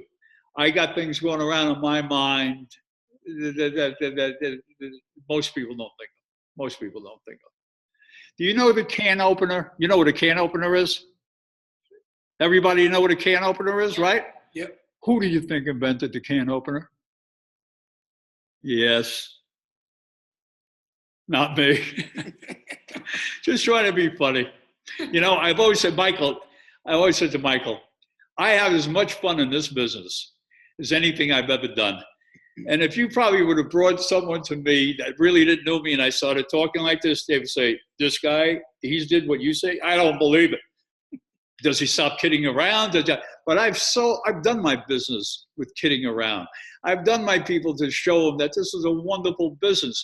Wait till you go on vacations with all the people that you help make change their life, and they change their lives. And there's nothing more beautiful than that. When you know that not even the government, that not no one, but God can change your life better than I can. You can't find another person because they don't give a crap anyway. All they want you to do is pay your taxes, do what you're supposed to do, and that's it. That's it. People are getting a lot more savvy today because of this last election and our government. A lot more savvy. But you know what? I've known that for the last 40 years. I've known that for the last 40 years. I'll say one thing. It has nothing to do with this. I've been on more phone conversations when we were going through this whole thing that I will tell you, and I'm talking with ex-military people, that if Hillary would have ever got, and I'm sorry, I know there's Democrats and Republicans, if she would have ever got elected, we wouldn't even be talking now. Believe me when I tell you that. Country has got to change. And I can't think of anything better. How many people are in multi-level marketing? Oh gosh, she's $182 billion earner. She's talking millions of people. Right, millions of people. We have the power to really change the world. A lot of people wouldn't like it. And that's a loose term thrown around. We can change the world. Where the world is right now, we really got a good chance to change the world because you can't go down any further. I hope and pray to God it doesn't. Hope and pray. But there's nothing. Everybody's looking for the nuggets. Everybody's looking for for the secrets. There is not one secret that I could tell you about in this business, not one. Because I tell everything I know. I don't hold back anything from anyone. There's no secrets in the business. The biggest secret is lucky enough to be in front of the right person at the right time, and they're ready to take action. Just like I was. Could you imagine me going to a meeting, and let me show you my first meeting, with the guy from Midas Muffler? He now walks in with a nice suit and a whiteboard. Here's my first meeting, and I gave up tickets to go see Bette Midler. Here's him. Looks good, gotta say. He didn't have grease all over his uniform. Thank God I was so stupid. I wasn't even smart enough to say, you're telling me about an opportunity. You got grease all over your uniform. You're probably making $15,000 a year. I just come in with a brand new Cadillac, but I don't say that. See, I don't talk that way to people. So See, now he comes in, huh? You see this here? This is you. Yeah, so here's here's my first meeting. He comes in, screws the legs, sitting there, draws a circle. Well, this here, for all intents and purposes, is you. It could be you, it could be you, it could be you. You understand? You got me? Then he draws a little line down from that circle and draws a smaller circle. And this here is one of them, not one of us. This is one of them. Like, in other words, if you spot this person here is in Florida, that's one of your thems. This is still you. But you get paid on him, whatever he does. Now, if he sponsors someone in Vegas, you're getting paid on them too. And if they sponsor someone in Japan, you're getting paid on them. When I heard that, I looked at Carol I didn't say anything, and I said, this is the first time I've ever seen this form of marketing. I can make money on people that I never see, that I never talk to. Never heard of that. That's what got me excited about this program. Plus, no, I was going to say that was the Cambridge diet. What made me, so I got an Amway. And I don't fault Amway, it was me. But when I got into the Cambridge diet in 1982, a person that's always had a weight problem, when I heard, and this is really the only reason we're here, not because of you, Michael, not because of me, not because of David. Linda Amelkin was a person that, in insurance, I was becoming a legend in my own time in the life insurance business. That's no baloney. But the reason I got out of it, because I couldn't take the brother coming in, reviewing the policy, and then saying, Rich, and if he was honest, let's say I was voted the greatest insurance salesman in the world, had to buy a trophy for a seat coming back home. And let's say that morning I was in a good mood, and I got a cold call from someone that said to me, Rich, I don't want to sell you insurance, but I'd just like to review what you had because my brother, he got in, I'd like to bring my manager over. Now, not knowing that I'm the one that won the best insurance salesman in the world and putting all my insurance that I did for my family out there, if he were honest and all those good things, there's only one thing he could say to me, Rich, whoever did this did an unbelievable job for you. But you know what he could have done? He could have a little bit more on the child here. He could have been a little less on the wife. You can't do that to me because I gave what I thought was the best. And if you had 100 of the best insurance salesmen in the world, they'd all have a different plan. Nobody would have the exact plan. That's why I got out. That's why I got out of the insurance business. Now I was going back with the multi-level marketing. I just got off the line, Michael, what I was talking about. What was he talking about right before? I forgot. I just forgot why I brought this part up. Normally I'm on your page, Richard, but I lost it too. Oh, okay. I don't. Tony, Anthony, what was? Huh? Oh yeah. The guy getting in. This is circles. you. Oh yeah. So this is you with the circles and the this and the that and all that stuff. And again, I forgot where I was going. All I can tell you, if there's one thing that you can get out of this whole presentation, it's a simple business as long as you follow the rules consistently and make yourself a plan, sign it, send it to your sponsor. I will commit to this for 6 months no matter what. If I die. See, I know what commitment means. I know what commitment means. When my wife had cancer, my first wife, that never left her side 24/7, even gave up golf, could not imagine myself, and I was down to a 3 handicap, couldn't imagine myself hitting a good ball and go, hey, wasn't that great? Now, when a wife is home in bed, throwing her guts up, and that, although I had 3 people, nurses around, when she threw up, I had to be there to take it with my hands. Nobody could touch her. You know, and that was and with all that, that's how we built a business out of hospital beds all over the world, where phone calls sometimes cost me $5 and $6 a minute. All right. So that's why I would never have excuses when somebody would say, Rich, my wife couldn't make it to the meeting because she has an earache. When Carol had her breast removed on a Thursday, she was at the Holiday Inn on Tuesday night doing a meeting with me. No excuses. That's where I come from. No excuses in life. And, you know, I just put something out with John Kennedy when he says, ask not what your country can do for you, but what you can do for your country.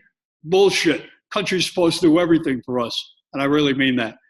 And when the country does the right things, that becomes good citizens. When the country takes from us and steals from us and only is interested in themselves, that's when it's not so good. And I love our country. I just don't like our government. Just don't like our government. Don't like all the bullshit we found out about. And they've kept that from us for years. And I'm one that speaks out. Hey, I put things out there. I'm waiting for the police to come any day in the house and lock me up in one of those FEMA camps. But you know what? When you believe in something, nobody can take that from me, no matter what it meant. Nobody can take that from me. When I believe in something, nobody can take it from me. Hey, Richard, it's Mike Daughter again.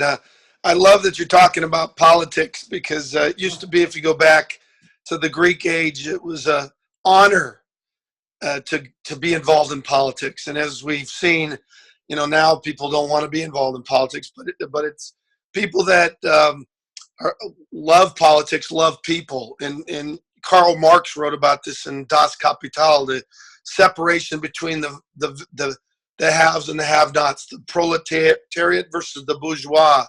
And I believe that this industry is the opportunity to help those that are suffering. And this is something I wholeheartedly believe we are on a mission, not just here in the United States, but around the world, to help people, because I believe in abundance, and I know you do as well. So thank you so much for being candid and open and authentic. I really appreciate it. Thank you. God bless you. Thanks. You know, I tell you, if there's one thing, just in getting off this subject, if there was one thing I would love to see, is that people are on welfare, and there are many people, millions, that deserve welfare. They just do. They just do. But if I were in office, you could bet your life everybody that was on welfare would have to spend $100 a month on a multi-level marketing product. Toothpaste, shampoo, this, that. That's the way to help people. That's the way to help people and to teach people. All right? No reason that so many people should be on welfare. Well, Richard, that's what you're just talking about is education. Again, you and I didn't know about network marketing because it wasn't in the curriculum. The very, very powerful don't want people to know about this. Now, you could call that conspiracy or whatever, but we need to start Duplicate University and educate people as fast as we can. I agree. That's what I'm all about. What I'm all about. You know, and I'll tell you, and those of you that don't know and are on here for the first time, the payouts in this industry today dwarf. If I were in this, if I was doing today what I did from 1985, and I'll say in 1989 today with the new comp plans, I'd be making $3 to $5 million a month. No question about it. No, all I ever got was 5% of 6 levels. That was it. There was no such thing as infinity bonuses. There was no such thing as maxing checks. None of that stuff. And I created, I can't tell you how many millionaires I've created and how many they've created and how many they've created. Best industry in the world. Michael, we're on this an hour and a half. I've never been on that long. They're soaking it up. Hey man, dude, you're doing great. I mean, it's like, it's incredible. And you know, one of the other things, you met a guy that was actually probably in your organization who wrote a book about network marketing with you as well. Mark Yarnell. You tell a little story about Mark and your relationship with him for those people that know who he is and how significant that was. Carol comes in from the garage one day. I remember I used to be upstairs all the time. She comes, that's a good story. She comes in from the garage, a couple of packages. Did you ever hear the story, Anthony? I have. That's why I wanted everyone else to hear it. Comes in, I'm sitting down watching one of the soaps. I think it was General Hospital. And Carol puts down the packages and comes over around the couch and goes, "What's the matter?" And I went just like this here. I can't conceive of the amount of money that's going to be coming in. So she says, "I know, I can imagine." I go, no. You don't know. So-and-so just sponsored so-and-so. I just got a call from California, just before we were outside the States. Got a call from Virginia, from Florida, from this, from that. 6 people want to come to New York. They want to meet. It got crazy. Like I was shaking. I was totally shaken by that because I could see what was starting to happen. I could see what was starting to happen with the group. So, Anthony, what was the question you asked again? I was asking about Okay. Yeah. Carol insists we go, and she made the plans without telling me. We're going to go to California. She rented a big, beautiful, it wasn't a hotel, a big, beautiful thing that had an upstairs and a downstairs, and begged me to shut my phone off. You can't be on the phone because I see you having a nervous breakdown. You can't. So, okay, I don't. I shut the phone off downstairs in the basement. That was where my main phone was. Shut it off. Now she forgot something. We're in the center hall. He said, "Oh, I got to run out to the car. I think I forgot something to put in there." She runs out. I'm standing in the center hall just like this. I run downstairs to my phone and I put it on. That's that. Now we're in California. Maybe we're all settled in. Maybe 2 hours later, I go upstairs. They had a phone up there too. And I'm going through my messages. In those days, you had a thing like this that you put up to your phone and you press it, and the messages go. Here's the first message on the phone. And Carol comes up, because when you're on the phone, you're like this, trying to listen. She goes, "Don't tell me you're on the phone." I go, "Don't tell me you're on." Here's what I hear. First message. "Hi, Richard. Here's Mark Yarnell from Austin, Texas. And I'm thinking of getting into New Skin. And I'd like to speak to you." Well, I call him up. I said, "First of all, Mark, first thing is you can't get in with me. Who told you about this?" He goes, No, I'm in it already. I'm signed up. But I'd like you to come out here and do a meeting for me. Mark Yarnell was 6th or 7th level from me, all right? But he was connected with a very wealthy builder. They sent a plane ticket. First time him and Jerry Campese, the only 2 people I ever slept in their home and did meetings for. Him and Jerry Campese. And I was at Mark's house, week and a half or so. And Mark, as a matter of fact, Mark even gave me his bedroom. He insisted, his and his wife, Claudine, her name was at the time, insisted I have the bedroom. I said, "Mark, I can't do that, please." He insisted. It was my honor to give you our bedroom. All right, I go into the bedroom and I notice a cross. I'm, of the Jewish faith, Mark is Christian. I notice a big cross against the wall, leaning sideways. And I didn't say anything about it. I didn't think about it. And then we had dinner after I went to my room. And then Mark said, "Richard, this was on a Saturday. Sunday, I do church services. Would you mind coming?" I said, "Of course not. It'd be my pleasure." So here comes Sunday. Mark goes into the room, takes the cross that had to weigh 200 pounds. And here's Mark walking with the cross, sticks it into the car to the station. When that's just finished. We now get to a library, and Mark had about 100 people in there, and he gives a beautiful sermon. And now he's standing, and they pass the what do you call it around? The basket.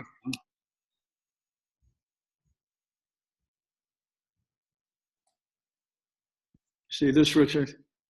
$4.25. I got to get out of this business. I need something. I got to get out of this business. So I said to Mark, "I'll help you. Anything." Then I worked with Mark like I did with Michael and Jerry, the same way with Jerry also. But these are people that I knew really had something on the ball and Mark wanted this more than anything. More than anything. And Mark was one of my favorites too. Mark and Michael, and there's not too many people that I could say this about, whether in this industry or in life, but 2 people I would believe anything they said. Anything. And a person like you, Anthony, and a person like Ron Carusi, and a person like all of you people, Connie and everything. It takes a long time to find people like that. It takes a long time with a lot of telephone conversations, a lot of trust. But when you get people like that in your organization, see, that's what I had when I started and why it did so well. I had people that believed in me. They weren't strangers. I had people that would bet their life on me, not strangers. Today, I know plenty of strangers that I'm very, very, very close with today. That I've met. Let me tell you something in life. Everybody has it in life. The program Michael was in with me, where I lost, I'm telling you, 16 million plus. For 2 years, I sat in the kitchen right over there like this.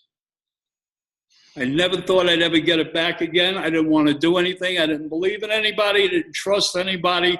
Carol would say to me every night, "Richie, honey, let's just go out. I don't want to see anybody." 2 years I went through that. 2 years I went through that. And you'll also find out later other things that I've gone through that make that look like nothing. But you always got to have a smile on your face no matter what, or get out of the limelight, get out of helping people, because you can't help people by having a face like that. That's for sure. That's for sure. And no matter how much you're hurt inside, and no matter how much, I know what it is being behind the 8 ball. I know what it is being called up by GMAC. I don't know if they still have that today, General Motors Corporation, whatever. You don't get your payment in, we're taking the car. I know exactly what it feels like getting a call from the bank, we're taking your house. I'll never forget that. That's why I still like I am today. So when all that money came in, The only thing money means to me, now I'm a big shot. I'm on the computer. I do online banking. I never thought I'd do. But all money meant to me was I could write a check and I didn't have to sweat about it. That's all it meant to me. Done. I don't have to go to the fanciest restaurants in the world to enjoy a good meal. I can't stand spending $100, and I don't even eat. I really don't even eat much.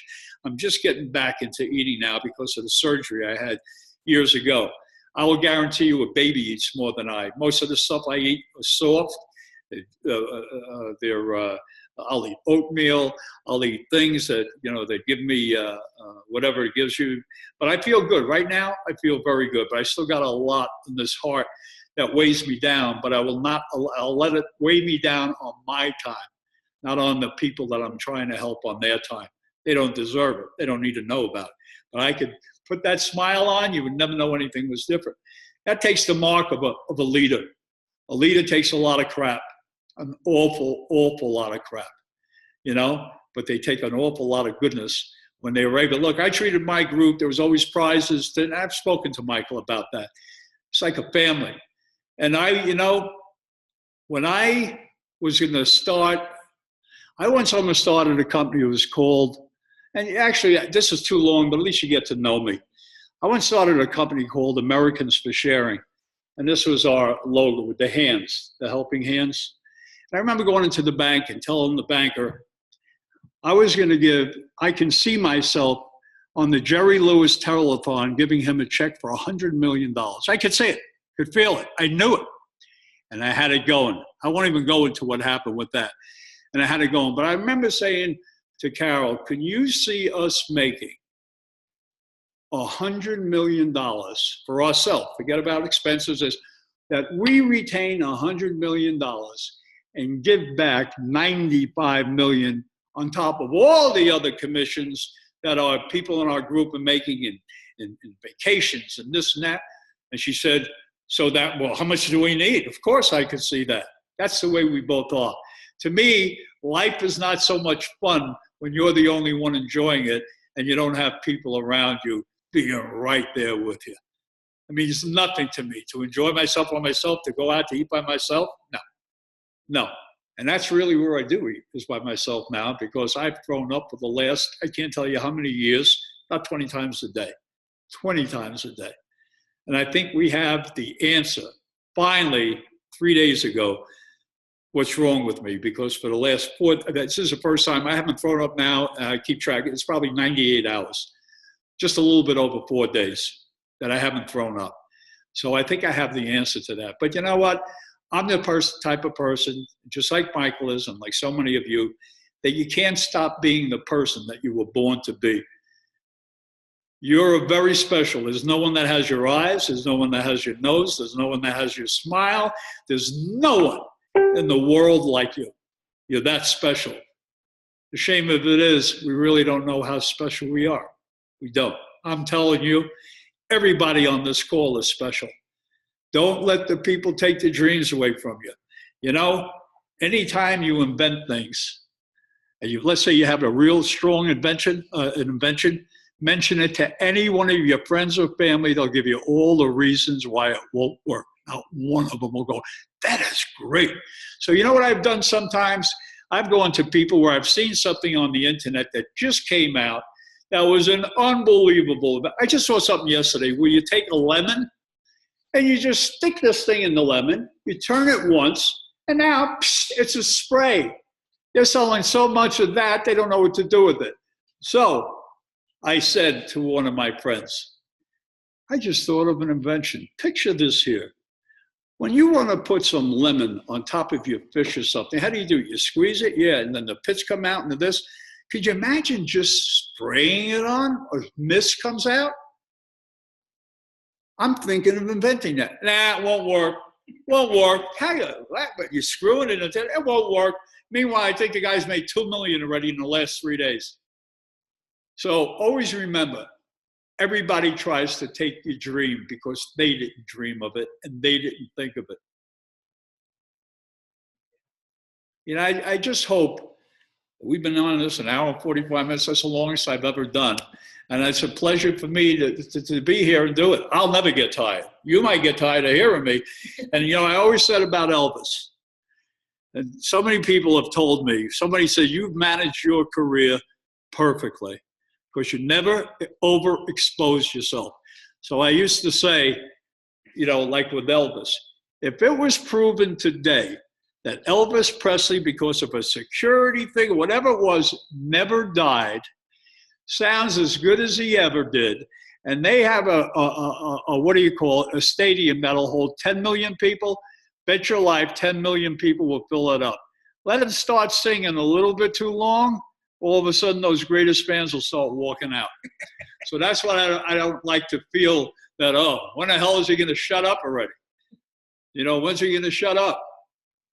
But I can't tell you what an honor this is to be able to speak to you all and to know that maybe I've given you one little thing that, all right, I may not have it now, but I just feel a little bit different after hearing him. I just feel a little bit different. I'm going to stick around a little bit more. I want to listen to some of these things. I want to follow, you know, Michael. I want to follow Anthony. I want to follow Connie. I want to follow. You're at the beginning of something that could be so big, bigger than corporate could be. Look what I did with Nu Skin. I will tell you this right now, and I'll say it right now with Nu Skin. There is no human being in all of Nu Skin that is more responsible for that company being where it is today than me. There were 3 lines in that company. There was Clara, which was really my line. Then there was Russ Carlin. I'm sure you've heard of him. Russ Carlin wasn't even in my organization, but he used to call me. Russ calling his wife on the phone, Richard, leave Russ alone, this stupid multi-level marketing business. I went on my dime to fly to California twice to do meetings for him and sponsored him for someone else. That's the type of person I am. Nathan Ricks, he's the reason I got out of Nu Skin. He was a family member. And when the company asked me to speak in front of everybody and tell us not to go into Japan, he was the first one they let in, and I didn't realize that until a year and a half later. That killed me. And I don't care if the whole world knows about it. It killed me. It took my love away from me. I'm a person that falls in love so easily, and if I feel like I've been hurt, I can fall out of love just as easily because I know just where I stand. I'm a person that gives. I'm a giver. I'm a giver. And I love people that give back and really want to make a difference in other people's lives. You know, and I was talking to Michael about putting different things out, like who really wants this? Who's going to sign a commitment? Who's going to give up television for a while?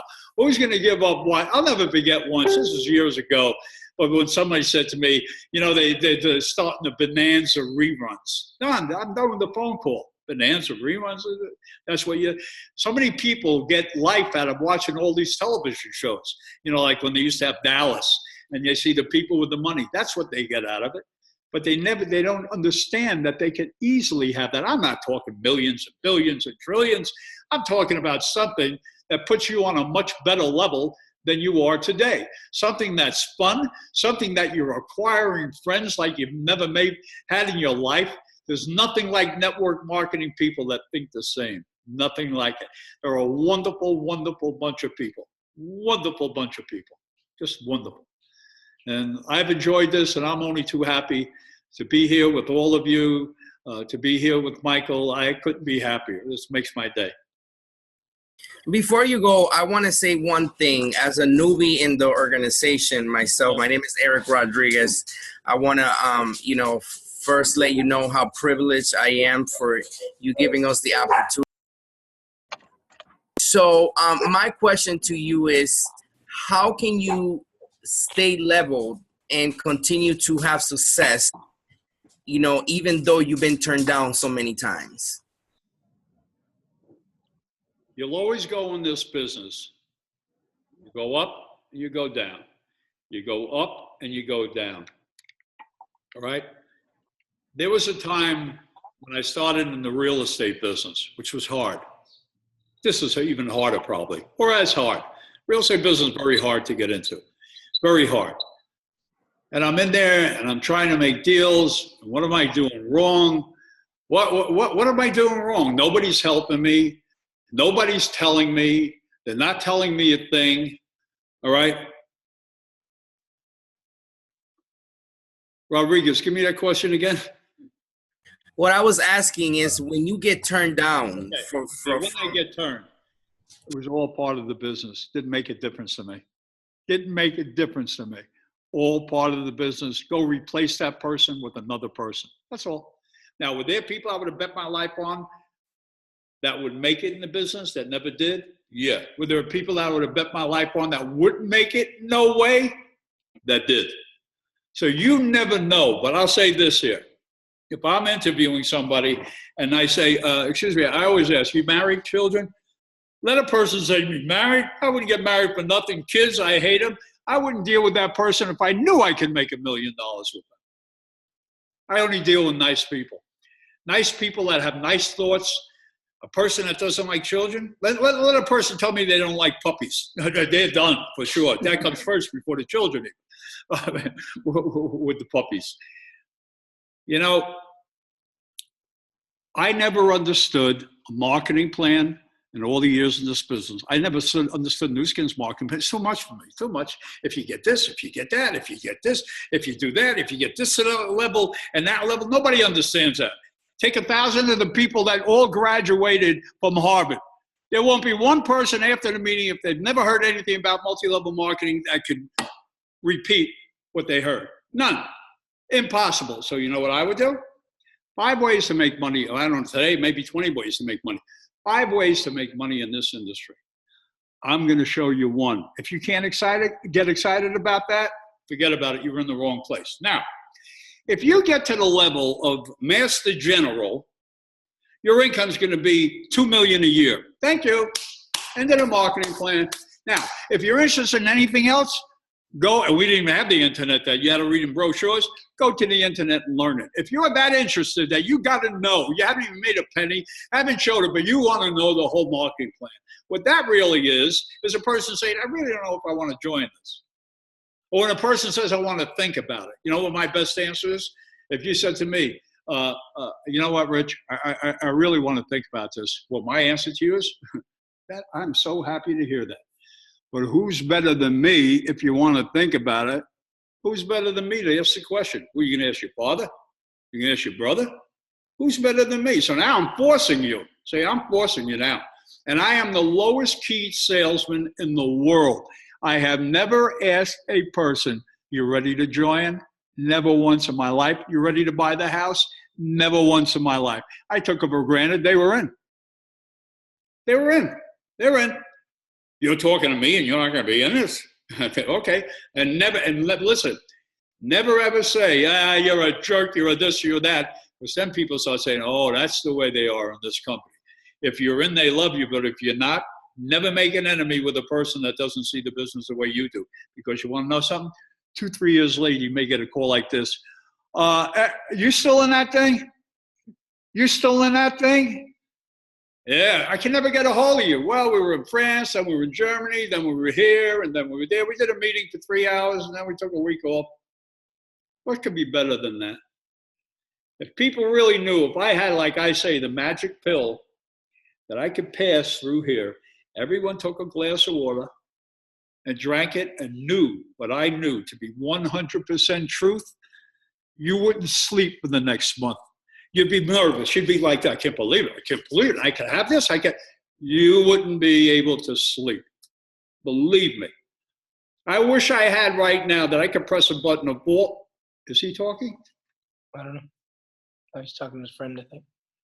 He doesn't know you can see him. Oh, I can see. Okay. Who's that, Eric? That was Eric Rodriguez. Eric, yeah, I saw you going like this.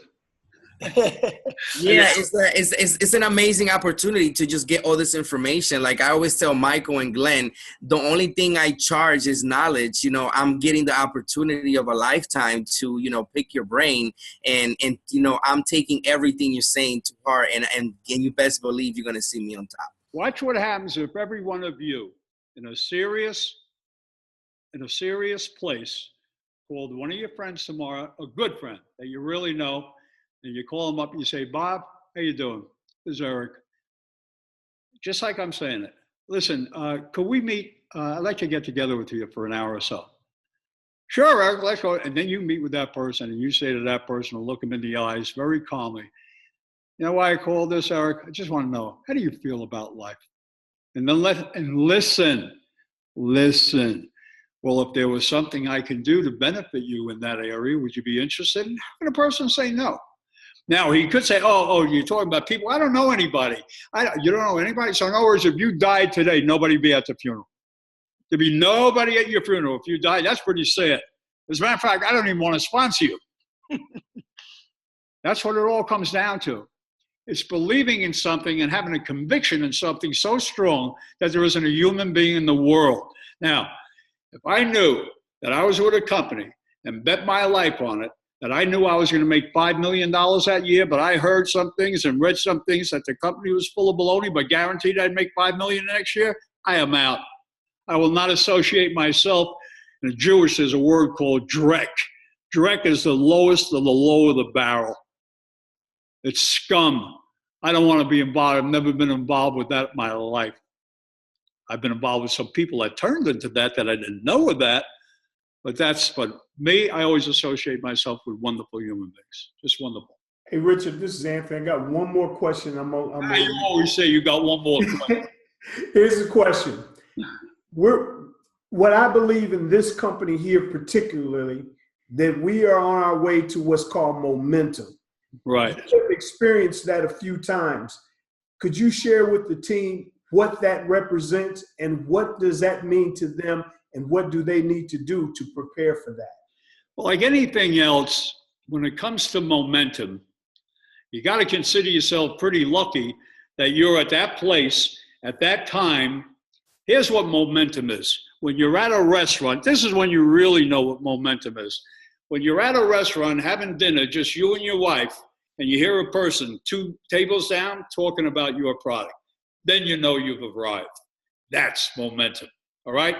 How would a person not believe if you said, listen, gold is being discovered as of next week, and you know how much gold is an ounce?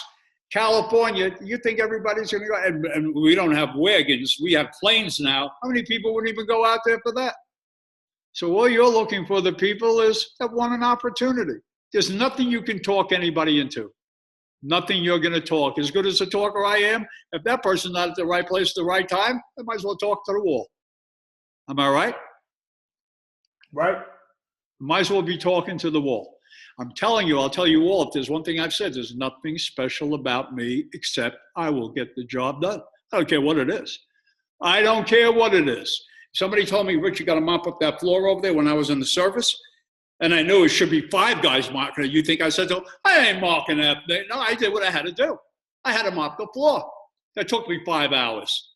Did I feel like a jerk? And I was only 21, 22. Yeah, I felt I have, since I'm 8 years old, I've had thoughts in my mind. You know, when I was 8, you tell me where this comes from. And there's a whole science behind this that I've just found out about in the last year. Big science behind this. That people that think, that can draw things to them. Why would an 8-year-old do this? Picture I'm in bed. I got the covers like a mountain. And I'm looking over the covers on the mountain. 8 years old going, those people on Earth are never going to get up here. That's before I even heard the word Mars. Where did that come from?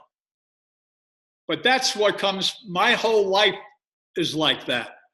How did I get this person? How did this person? You know what? It's a hell of a lot better believing you can do anything than not believing you can do anything. I believe I can do anything if I put my mind to it. Could I have been a billionaire? My hands down. But I had a wife that had cancer that was much more important to me than working my business. And I still worked it, but I never took a minute away from my wife. I'll say it again. There are stories that you're hearing, especially maybe that you've never heard before. You don't have to be that special to do this business, but you do have to be a special person. So guys, I'm gonna take the floor for the close of this leadership meeting. This will be documented on duplik8.com, and I'm sure Richard will sit with me for for hours and hours and hours, and I'll pull a lot of the stories out of them like you've heard here and put them in different chapters. I will say this, Richard has always said, there's nothing you can learn from me. There are no secrets, but we disagree on that. If it wasn't for Richard, I would have never been successful. The things he's sharing with you it's what molded me to be successful. A lot of the things he said was the way he said it versus what he said. I think that's what Richard's getting at. Richard has a way of instilling belief in you more so than you believe in you. And I think a lot of you listening right now are experiencing that. That was my whole goal for this evening, was to get you to feel the way that I felt back in October of 2002. There's motivation and there's inspiration, and Richard's an inspirational person in my life. And I know a lot of you heard a lot of things that he said tonight. You've heard me say a lot of those things. So it's proof that what he taught me is being passed on. But Richard, thank you very much, first of all. But there's one last story that if someone asked me what was the one thing that you taught me years ago that made me really look at this business as, oh my God, I can do this, it was the gold bricks. Oh. Because the gold brick story told me that every time I show the plan, not whether or not they signed up, that's why I never tried to close people or enroll them. I just said, Richard taught me, guys, Michael, you do the presentation, you tell your story, and anything more than that you can't do. And if he said that earlier, I apologize for the redundancy. But that's what Richard taught me. And then he told me the story of the gold bricks.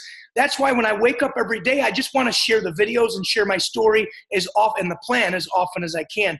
But the last thing I want Richard to share with all of you before we wrap this up is the story of the gold bricks, because I attempt to tell it and I stink at it compared to him. But pay attention to what he's talking about here, because this is the best story, in my opinion, in all of network marketing. What were we talking about? Story of the gold bricks. Am I right, though? It's me, Richard. It's Ron here. One thing I just had to share with you guys is, I mentioned the linguine, which Michael asked about, the business. But that is the business. Are you saying you got my linguine? No. Your linguine is dynamite. What I am saying is it's just been the friendship that we've done over the years, why I'm always willing to follow you and happier than all heck to hear from you and interact with you and Michael as you introduced him to me. The rest of it, then the business comes in. But like you said, it's the belly to belly and the friendship. And I just had to share that with everybody. That's what this whole business is about. Thank you, Ron. It's so nice to hear you like that. It really is. Because I know I love you, buddy. You've been plenty with sickness and your mom and everything. It's just nice seeing you with a nice smile, and you're looking good. Well, it's happy. I am so happy to see you energetic as you are. Thank you. Thank you. Love you, buddy. Can I, Mr. Richard Kall? All right, let me Good tell night, you. Mr. Richard Kall. Who's that? Hey, little Glenn Echeverria there. Boy, you're getting big. He's getting big. Woo. Say good night, Mr. Kall. Good night, Mr. Kall. Say I'm happy What's you're your doing first better. name? What's your first name again? Glenn. Glenn. I know somebody by the name of Glenn. Who is? Do you know Glenn Echeverria? Uh-huh. He's a bigger guy than you. That's right. Richard, he was in front of 10,000 people last night at a concert singing Mr. Telephone Man, New Edition, and he didn't even bat an eye. He went up and sang in front of everybody, and I'm super proud of him. Mr. Kall was a singer as well. But we just wanted to say goodnight because it's a little past his bedtime, and I just wanted to tell you that quick story before you get into the brick story. Sorry about that. If you have a copy of that, I would like you to send it to me. I will. I'll tag you out. It's on Facebook. It's blown up all over because he knew the words to Mr. Telephone Man, and 10,000 people he performed in front of last night. Say goodnight to Mr. Kall, Glenn. Get up here, bud. Say goodnight. Glenn. Get up here. Say goodnight. Good night. Good night, Glenn. Bye. Good night, Bye, Zap. Glenn. Bye, Zap. Bye, Seth. Hi, buddy. All right, I'm going to go into the story Michael wanted me to tell. And what I used to say to everybody, and this is what I was taught, I used to say, let me say how I used to start it off with the story. I used to say, I want you to imagine that every time you show the plan, there are two men sitting with a table between them, and on that table is a phone. And every time I show the plan, I'm not talking about the people joining, just that I show it. That phone rings. One of the guys pick it up. Hello. Richard showed the plan. Okay, thank you. Says to the fellow sitting next to him, go get one of those gold bricks worth $400 a piece in my day. And just set it down. Phone rings again. Richard showed it 10 times. Thank you. 10 more gold bricks. 25 times. Thank you. 25 more gold bricks. And I was explained to me that this thing was going to grow so high, and one day it was going to start to wobble. And then this whole gold wall would come down and you're going to be rich. Never, ever forgot that. And as I look back, those gold bricks weren't worth $400 each, maybe $20,000 each. As long as I kept telling it. Didn't care if they got in or not. I believed that those gold bricks were worth $400 each. I'm a very quick believer until I can find out that it's BS. I'm not one. When I got into any program I got into, I have never, ever put 1 second into that program, checking if the people were good, if they weren't good, were they associated with another program, because don't forget, we didn't have the internet in my day. How could I check? And probably till today, I still wouldn't check. I'm a person that believes if I've gotten hurt a couple of times in life, I gotta, I'll never forget saying to a partner of mine, his father was in the mafia. He was a very nice guy. As a matter of fact, I met his father twice. But he used to look at people that came into the office like this, like 3 different ways he would look at people. 4 different ways. I'd say to him, boy, why do you look at people that way? He goes, because I don't trust no one. My father never even trusted my mother. That's the way he was brought up. Not to trust a living soul. Well, I said, you know what, Michael? I'd rather be hurt a couple of times in life than have to look at everybody like that. I was right. I was hurt a couple of times in life. But you know what? I'm still here. I'm still happy. And anything that happens in life, whether it be money, whether it be sickness, things that you don't feel you deserve, they happen. But it's all the way that you handle it. Let me just go back to when my wife had cancer. I just got to. When I was told that she had cancer, and they said, no, it's probably nothing. And when I said to Alex, who was the surgeon, a good friend of ours, he was chief of surgery at Smithtown General. When he came out and took his hat off, I said, Italian, he said, Richard, that's cancer. I was devastated. I threw a punch at him, not on purpose. Had this hand in a cast for, I think, 2 months. Cried like a baby. I said, you go in there and you tell her that everything is fine. She said, I can't do that. As a doctor, I can't do that. I said, then I'll tell her. We walk in there. She's up in bed, groggy. And I walk over to her and she says, honey, I understand. We'll get by this. We'll get by this. All right? When Alex told me, he said, Richard, you're putting your head in the sand. I had this done by 3 different pathologists. Everyone said the fastest, wasn't the word fastest, the so-and-so growth, couldn't be any faster growth of cancer that she has. Can't be any worse than she has. Maybe she has 3 months. I'll never forget that. And I looked at Alex right in the eye and I said, Alex, I'm not a buyer of doom and gloom. He says, Richard, you're putting your head in the sand. I'm a scientist. I said, I don't care what you are. I'm telling me about 3 months. And then it was 6 months. And then it was a year. Then it was 5 years. Then it was 10 years until one day he said to me, boy, I could see what belief means now. I could understand exactly what you're saying. I would have never believed it if I wasn't the one that did the surgery and I wasn't the one that had the, what he called, the people there to check it. So am I a believer that anything can be done in life as long as you want it? Absolutely.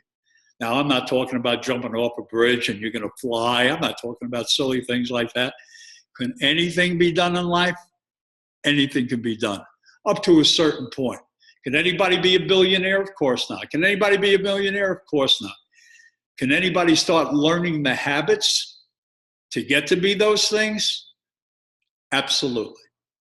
Absolutely. Oh, my wife just walked in. Hi, Lizanne, say hello. Hi, honey. Yeah, she was out. I told her I didn't want anybody here. We see you on the Yeah, it's screen. Ron. It's Ron there. Hi, Lizanne. How are you, sweetie? How are you? Love you, darling. You know, but let me say this. I've always run my life like this, you know, just like that. And if you don't run your life like that, I give you just like a little example here. You know, Lizanne's mom is living with us. She'll be 95 years old next month, 95. The average son-in-law doesn't ask a mother-in-law to be in the house because everything's changed here. We got people coming in, coming out, coming in, full-time help all the way around. A doorbell's ringing at 1 o'clock in the morning. The dogs bark. The dog's barking. They go downstairs. All right, it was horrible. So what do? Do I let that go on? No. I said to Lizanne, first of all, we need to think for your mother when to take a pill. So my good friend David wrote down everything, when she has to take them, what time she has to take them, what this and that. She said, I don't want to take pills. I said, you will take pills, Marilyn. You're in the house here. What do you mean not taking pills? I said, you know, I'm not talking bullshit to you. You're only 18 years older than me. I love it. I love it to death. All right. But what I'm trying to say, you got to make certain rules in your life for things to go along the way you want them. And you have to demand. I mean, here, this is my house. I got to be afraid to go downstairs. I was going downstairs the other day at 2 o'clock in the morning to get something to drink, like orange juice. I wanted some orange juice. I saw it going down the stairs. I see them out. I got to go back up in my room. So I said to Lizanne, in my own house, I can't even live in my own house now. So we have to have certain rules. So she told the mother, anytime anybody hears me coming down, whether it's 2 in the morning, 5, 6, stay away. I walk in one day in the kitchen, 2 o'clock in the morning. They're eating here. The lights are out. She's here with a woman about 6'5". I almost died when I saw this. So you got to have certain rules in life, and you have to have certain rules within yourself if you want to be on the good side of life. You can't be a bum and be a good person. You can't. And when I say a bum, I'm talking a bum that watch television 18 hours a day, sleep the other 6 hours. You're a bum. I'm sorry to say. I can't think of a better word. Because that's not living life. You're not doing anything for anyone. You're not helping anyone. And I don't mean bum in the strictest form of a bum. I don't know any bums in my life. I know a lot of nice people. And all I do is look for people that want to better their lives. That's all I look for people. So I'll tell you now, I got to admit, I'm tired after 3 hours and 15 minutes. Is it 3? No, 6. Oh, 2 hours and 15. Oh, it's only 2. We got another hour to go then. I thought it was only. Anyway, it's been my pleasure, everyone. Thank you, Richard. Thank you very much. Thank you. Thank you. Thank you. This is really fantastic. It's been Thank you. That was great, Richard. Thank you. Thank you. Thank you, Richard. Thank you. Thanks, Richard. Thank you, Richard. You're awesome. Thank you very much. Richard from Scotland. Thank you, Richard. Voice again. Hello, Richard. Thanks, Richard. You're welcome. Thank you very much. Thank you very much. Really appreciate it. And don't forget, when somebody sends you a message, one of the people in this room, answer it. Very important how to make that person feel if you don't. You mean a post? Post. Hey, Mike, Anything. can I just add something here Sure. quickly? Richard, Kall, thank you for allowing us to be part of your life and for sharing with Michael all these years and what you've put in what he put into him, he's putting into us. And I can tell you, I've just been at the first international convention here in Bangkok, and let me tell you, not with all the people and the best income earners, Nat and Janita Panatutra, they're making $1.2 million a month, and not even with them. There was one thing missing that we had on this call that they didn't have at that venue yesterday or Saturday, and that is humility. And one thing that I can tell you from the duplicator group that was coming right from you, installed into Michael Zapier and Glenn, and it's rolling over to this family, duplicate family. That's what duplicate's all going to be about, is being humble. And when you're on stage, it's not you that got there. It's people that everyone that you shared your life with, made it come true. And that's the one thing that was missing at that convention. And I want to extend it to every single person that's part of this duplicated group. If you come into this family and think you're going to get on stage and be exhilarated and that you've done it by yourself, I'm telling you, you're in the wrong business. And I'm telling you now, the one thing that will make us succeed is this right here that we see right here is the humility that everything has been shared with us, and you can't get better than passion. You can't get better than passion. If what Richard was saying, it's all about authenticity. If it isn't true, I'm telling you one thing: Duplik8 is going to be the #1 in not just World Global Net, but in the entire industry because of this. Because that we understand that it's all about family and that we're here for each other, and we can't be here if it wasn't for Michael and it wasn't for Richard Kall that was allowed another person in his life to share and just to care. You know, that's what it's about. You know, it's all. Where are you from? I'm from South Africa, Michael. Richard. South Africa. I like that. South Africa. Yeah. Fabulous. You know, when you talk about like love, I deal in analogies. Everything I make stories up about. Here's a story about love. Here's a story about a guy looking for a girl, right? He's looking for a girl. He's single. He wants to meet a girl. Now, what would be better for him to do? To just meet that girl. He's never had a relationship with anyone. Meet her or study with a lover that has been a lover his whole life. How you treat a woman, what you say to a woman, what you diss a woman. He'll get it, and he may not even be as good looking as this guy over here, but he knows what to say, he knows how to say it, and he knows what they want to hear. That's the difference. When you get into a program, you don't even know what the heck you're doing, you haven't even had the product yet.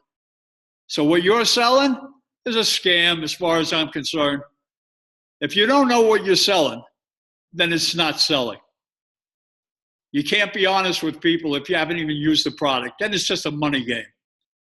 Then it's a money game. To me, it's always been love. It's always been about love. Always been about love. I love helping people. Love it. Now, I know that I made a difference in this person's life, and I made a difference, and he made a difference in that person's life, and that person made a difference. There can't be any better feeling in the world than that. I know one thing. I guarantee you I created more millionaires than some of those top CEOs in the world. That I'll bet my life on. And when Jerry Campese introduced me in it had to be 93. There were 3,500 people in Fort Lauderdale. I'm all the way in the back of the room, and I get very embarrassed, really. I get embarrassed by all the hoopla in this business.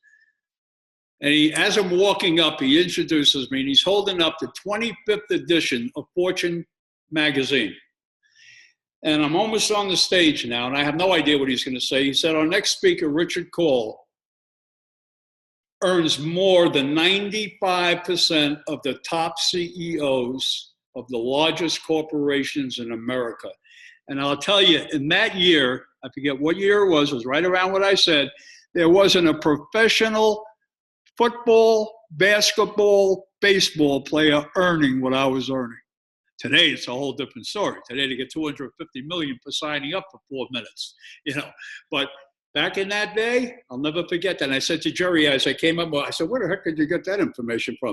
He said, we know about what you're making. And here's what the average CEO makes for the largest corporations in the world. So go figure. So when I say, is this a big business? Bigger than big. Bigger than big. So nice meeting you. Likewise, Mr. Kall. I really appreciate your time and you know, the effort. And one thing that you will definitely can be sit back in and watch how you've cultivated leaders around the globe, and they're ready to step up and you know, make you proud and show that that it was all worth it. You know. No question about it. We have the beginning of something that's very big. I can see it. I can feel it. I can feel it. Of course, we're only doing good. And when you only do good, you can never lose. Can't. Thank you all very much. I'm just ready to. Thank you, Richard. Thank you. Good night. Thank you, Richard. Good night, buddy. Hey, Richard, one last thing. Give Lizanne a hug for me. Okay. I love you guys. Bye, Lizanne. Thanks, Michael. You got it, guys. Have a great night. We'll see you guys all Thursday night. Talk to you soon. Perfect. Absolutely. Thank you, Michael. Really appreciate it. You got it, guys. Thank you, Richard. Thank you, Michael. Thank you, Richard. Thank you, Lizanne. Thank you, Richard. It was fantastic. Thank you, Richard. Good night, Richard. Good to see Thank you, Richard and Michael. Night, night. Thank you. Thank you for Really everything. appreciate It it was for all your awesome. time. You guys have a great night. Thanks again for doing this for us. Okay. You got it, Jeff. Oh, hold on one second. Thank you, guys, and good night. Good night.